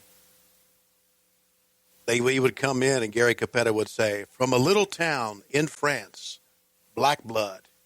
And he got his finish over, and then he looked into the camera and went, Black Blood. And I remember thinking, from a little town in France, he knows English awfully fucking well. Yeah, it sounds like he's from Texas. Yeah, exactly right. That was WCW. Absolutely. Yeah. Elegante pins the one-man gang at about 6 minutes next. Yeah. One-man gang comes to the ring with Kevin Sullivan. Both of these guys are wearing lots of heavy makeup, which I had never really remembered until watching this. Again, Elegante comes out with 4 little people that are referred to as midgets on the show. Did I say midget? Yeah. I am so sorry that I said that word. It was a different time. Okay. They're running around, biting Gang in the butt and running between his legs. They compare him to Gulliver. Yeah. And they start harassing Kevin Sullivan, which is kind of funny. I guess it'd have been better to say midgets instead of saying little sawed-off motherfuckers, right? Probably. Okay.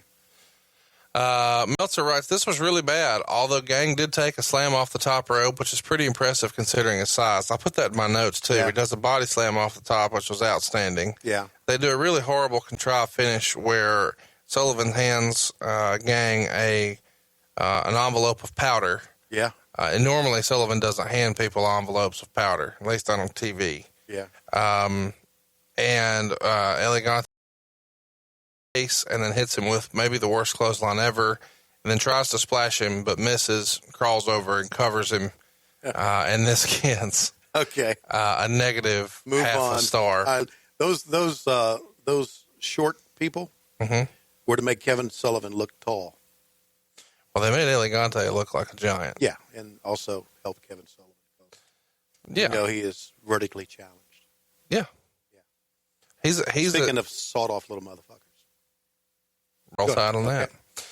Next up, we get the package that shows the build for Nikita. I'm a Kevin and Sullivan Sting. fan. I love Kevin Sullivan. I do too. He's phenomenal. I don't want one of those slapdicks listening to this thing says Shivani's ripping on Sullivan. His wife makes stuff out of stuff she finds on the beach. Did you know that?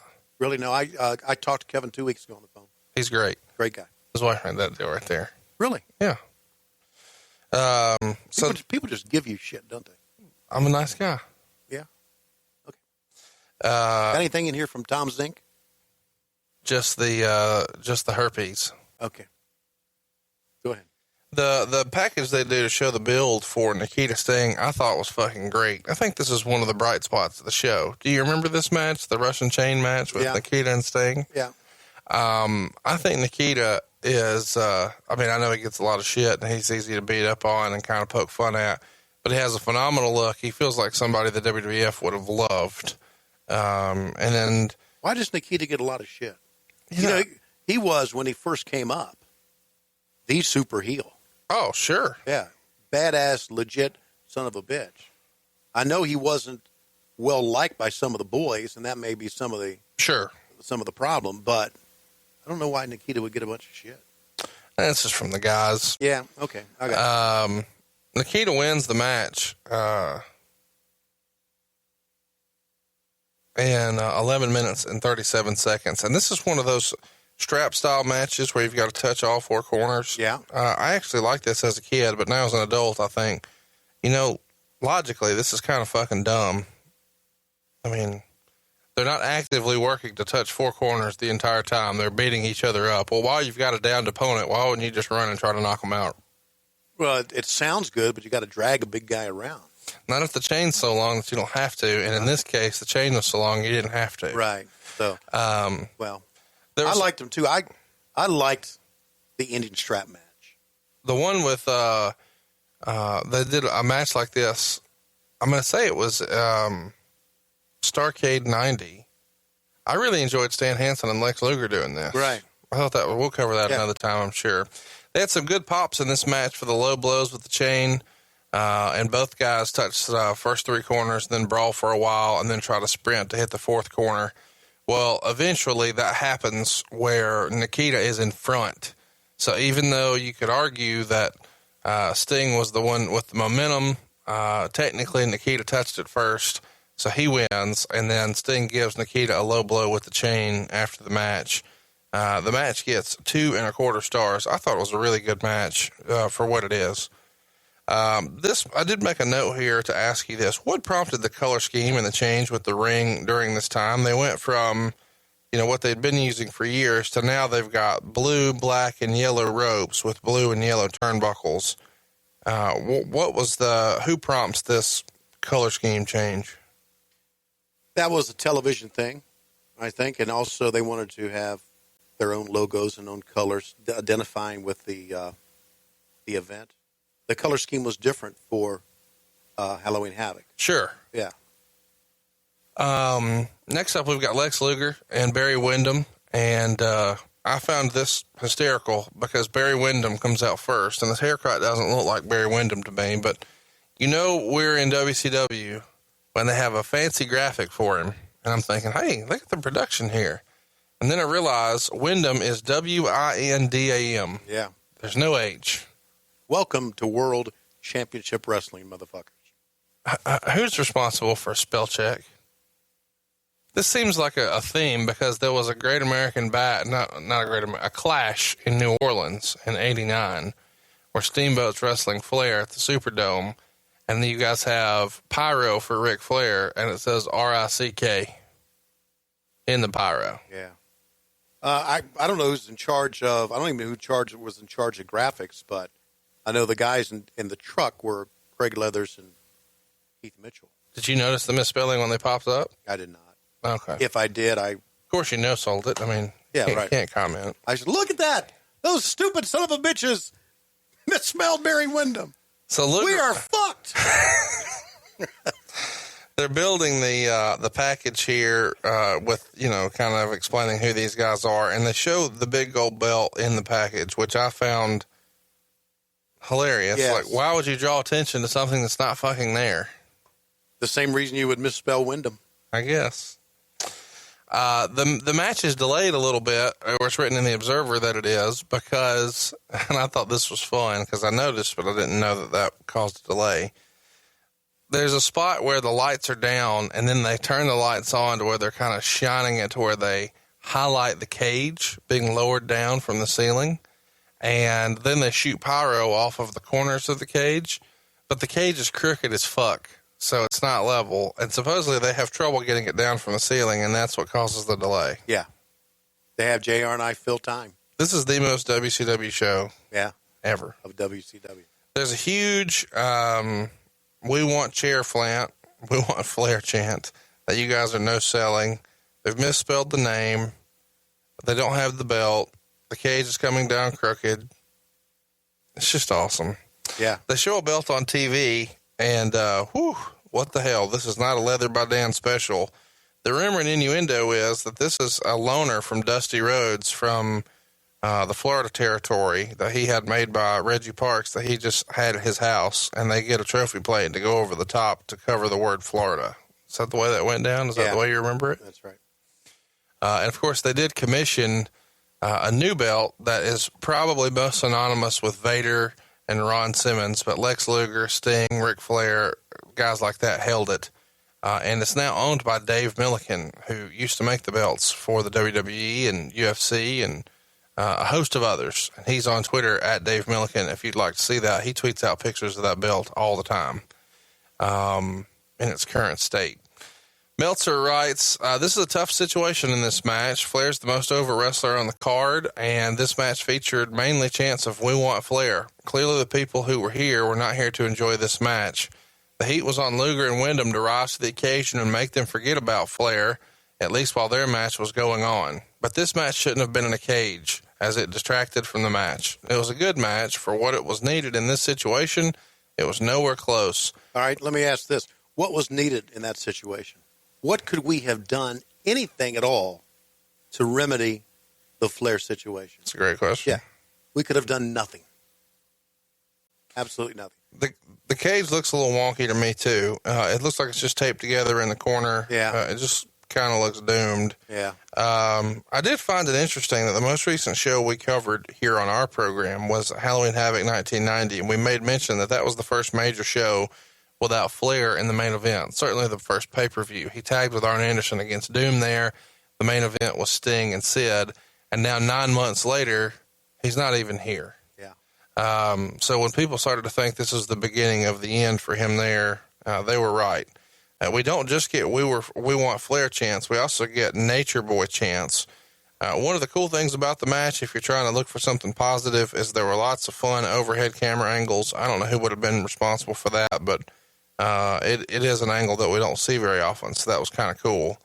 I've always been curious why these guys now, and I realize some of this is just, well, we didn't fucking have anybody and we needed somebody. I get that in theory, but it feels like Wyndham being the guy here is about 5 years too late. I think most people think his 86, 87, 88 stuff is just about as good as it gets. And now we're 5 years removed from when he's having 5-star matches with Ric Flair and he's got a world title shot. And I think most people think that Luger probably should have won it in 88. And so now we're 3 years later on it. So it feels, at least to me, like it's a little, too late here. Luger could have won it 3 years prior at the Great American Bash, also in Baltimore. Wyndham's last title shot was the Crockett Cup in 87, also in Baltimore. But now that they're here, this just feels like not nearly as special. Is that just because of the state of WCW or because they just tried to hang on to Flair too long originally? I don't know if they tried to hang on to Flair too long, but it feels, again, I go back to what was needed in this situation, that question that Meltzer brought up. Mm-hmm. We had nothing. Yeah. This is what we had. I'm not trying to defend any booking here, but I'm telling you, it's what we had. Well, I mean, let's go back and who could have been in that match? Well, I mean, Sting, Stunning Steve, Sting and Nikita for the title. Yeah. Could have worked. Sting and Lex Luger for the title could have worked. Okay. But I could see how you would think, well, those guys were super friends. We'd be hot-shotting that. I mean, I get some of that. Yeah. But it feels like, shit, if the biggest guy just left, what's the next biggest thing we can do? Let's give it to him in a hurry. Yeah. So Harley Race and Curtis Hughes come down, but don't interfere because it's a fucking cage. So Race just counsels Luger and says, now is the time, and motions for the pile driver. Well, Luger hits a pile driver, and Wyndham takes it kind of interesting. He connects his hands behind Luger's knees, so he's essentially getting pile driven on his hands. Right. That's because he probably didn't trust Luger to not fucking murder him. Right, exactly. Well, anyway, really process this. Since they're in a cage, Hughes and Race aren't interfering in the match. But technically, Luger's turning heel here. Yeah. And technically, I guess Barry Windham is a babyface now. Technically. It's pretty anticlimactic. The crowd does go wild for the win, so they're cheering a heel winning the world title here, I guess. But they, too, don't know what the fuck is going on. Welcome to the show, everybody. 3 stars is what Meltzer gives it. You were as pleased as you could be with the main event, I take it? Yeah. I mean, what can you do? What can you do? Next up, we've got Missy Hyatt, who's chopped off her long blonde hair, and now she has shorter black hair. And she's tagging with Rick Steiner because Scott Steiner's not here. And they're going to take on Arn Anderson and Paulie Dangerously in a cage match. According to Meltzer, what happened here is the Maryland State Athletic Commission has a rule prohibiting a man versus woman having a confrontation. Somebody made a huge mistake if that's the case. If the commission wasn't going to allow it, it had no business being advertised as such. If the company knew, well, we already know this is a dishonest company. If the company didn't know, then the commission is at fault, considering the match had been advertised on television for weeks. How do you remember that going about? I remember us, like, at the last moment, we found out that the Maryland State Athletic Commission did not allow that. We probably found out about the same time we found out about the flag on the scaffold. Are we a dishonest company? Were we a dishonest company? That's what was written. Do you think you were? I think we were more of a fucked up company than a dishonest company. Disorganized. Disorganized, yeah. Yeah. I don't think dishonest is the right word. Well, I think he just means that you guys were constantly advertising people on house shows that weren't ever going to be there. Right. Exactly. But you think that's not in a effort to dupe someone so much as it is just didn't know what the fuck you're doing. Yeah, exactly. Okay. It's a company not run well. The hardliners, which are Dick Murdoch and Dick Slater, come down and kidnap Missy. And as they're carrying her back, I find this kind of funny. A fan takes a swing at Murdoch. He turns around and swings harder than a son of a bitch at the fan right on camera. Yeah. Well, that says something, doesn't it? How great is Arn Anderson? Wonderful. He's phenomenal in this match. If you have not seen some classic Arn Anderson stuff, you're cheating yourself. Maybe one of the most underrated guys ever. In the ring, Rick lays out Arn with a clothesline and then pins Paulie after a clothesline. It goes 2 minutes and 8 seconds. So this is not your main event, or maybe it is. It's the last match on the card. It was a mixed tag in a cage that goes 2 minutes. It's a dud. Yeah. So this is how you end what was once the trademark show for the NWA and Jim Crockett Promotions, Great American Bash. And now it ends when Rick Steiner gives Paulie a clothesline in a cage. And they do they spend a tremendous amount of money on pyro at the end. For what reason and what they're celebrating, I'm not exactly sure. We probably could have saved some of that money on pyro. And paid Ric Flair. Played Ric Flair. I was never a big fan of pyro. I thought it was overdone. It's a waste of time. Waste of time, waste of money. Absolutely. Yeah. Meltzer writes, I don't really know what else can be said. I'm not sure it was the worst pay-per-view show in company history, although for quality of matches, it surely was. They've gone way too far in the wrong direction. To WCW's credit, they knew and were worried about a protest scene because of all the unhappiness regarding how the Flair situation was handled. Nevertheless, they didn't try to confiscate banners going into the building. Although it did seem the "We Want Flair" chant would get going, the audio man would turn the audio down. The chant occurred throughout the show, but was never acknowledged on the broadcast.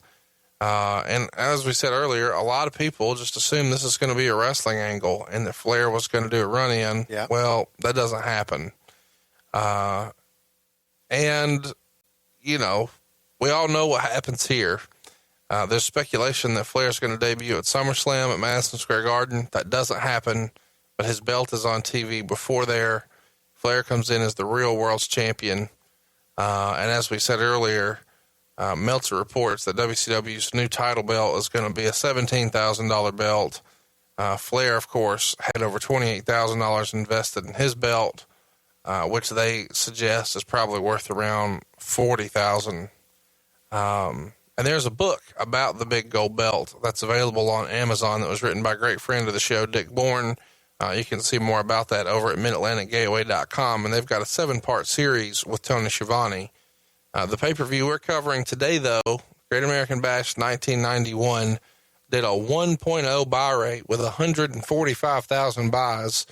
And I think if they knew what they were signing up for ahead of time, it'd probably be a lot less than that. Yeah, and there's nothing you could do about it by then. Yeah. I mean, we got their money. Fuck them. Yeah, well, I don't want to say that, but I'm saying that I'm not defending anything that Jim Herd did in his contract negotiation with Flair or what Turner Broadcasting did. But I'm saying that it's armchair quarterbacking at that time in the short span that we had to put things together. I think that's all we could do. Yeah. That was it. Maybe give them better finishes, but I'm not so sure because I have a feeling that there was a lot of guys on the card that night that thought this is the end of the company, so what the fuck? Yeah. So I wouldn't surprise me at all if that didn't hurt the work rate as well that night. Well, this is the end of the show, so what the fuck? There's no poll this week because on WrestleMania Monday, we're doing a Q&A show. We've invited you to go ahead and tweet us using hashtag #WhatHappenedWhen and respond to our tweets. And next week's episode, we're going to go ahead and have in the can for you by the time Tony and I make our way to Orlando. And the only way to do that this week is to call an audible. So we wanted to involve you, give you a chance to get involved. So if you tweeted us, we probably answered it. And that's what we're going to do next week, right here on What Happened When Monday. If you'd like to be interactive with us on Twitter, I am at Hey It's Conrad. He is at Tony Shivani 24. And of course, our show account where you can see that picture of Tony in an Oz robe is at WHW Monday. And as I look at my clock here, Tony, I feel like it's about that time.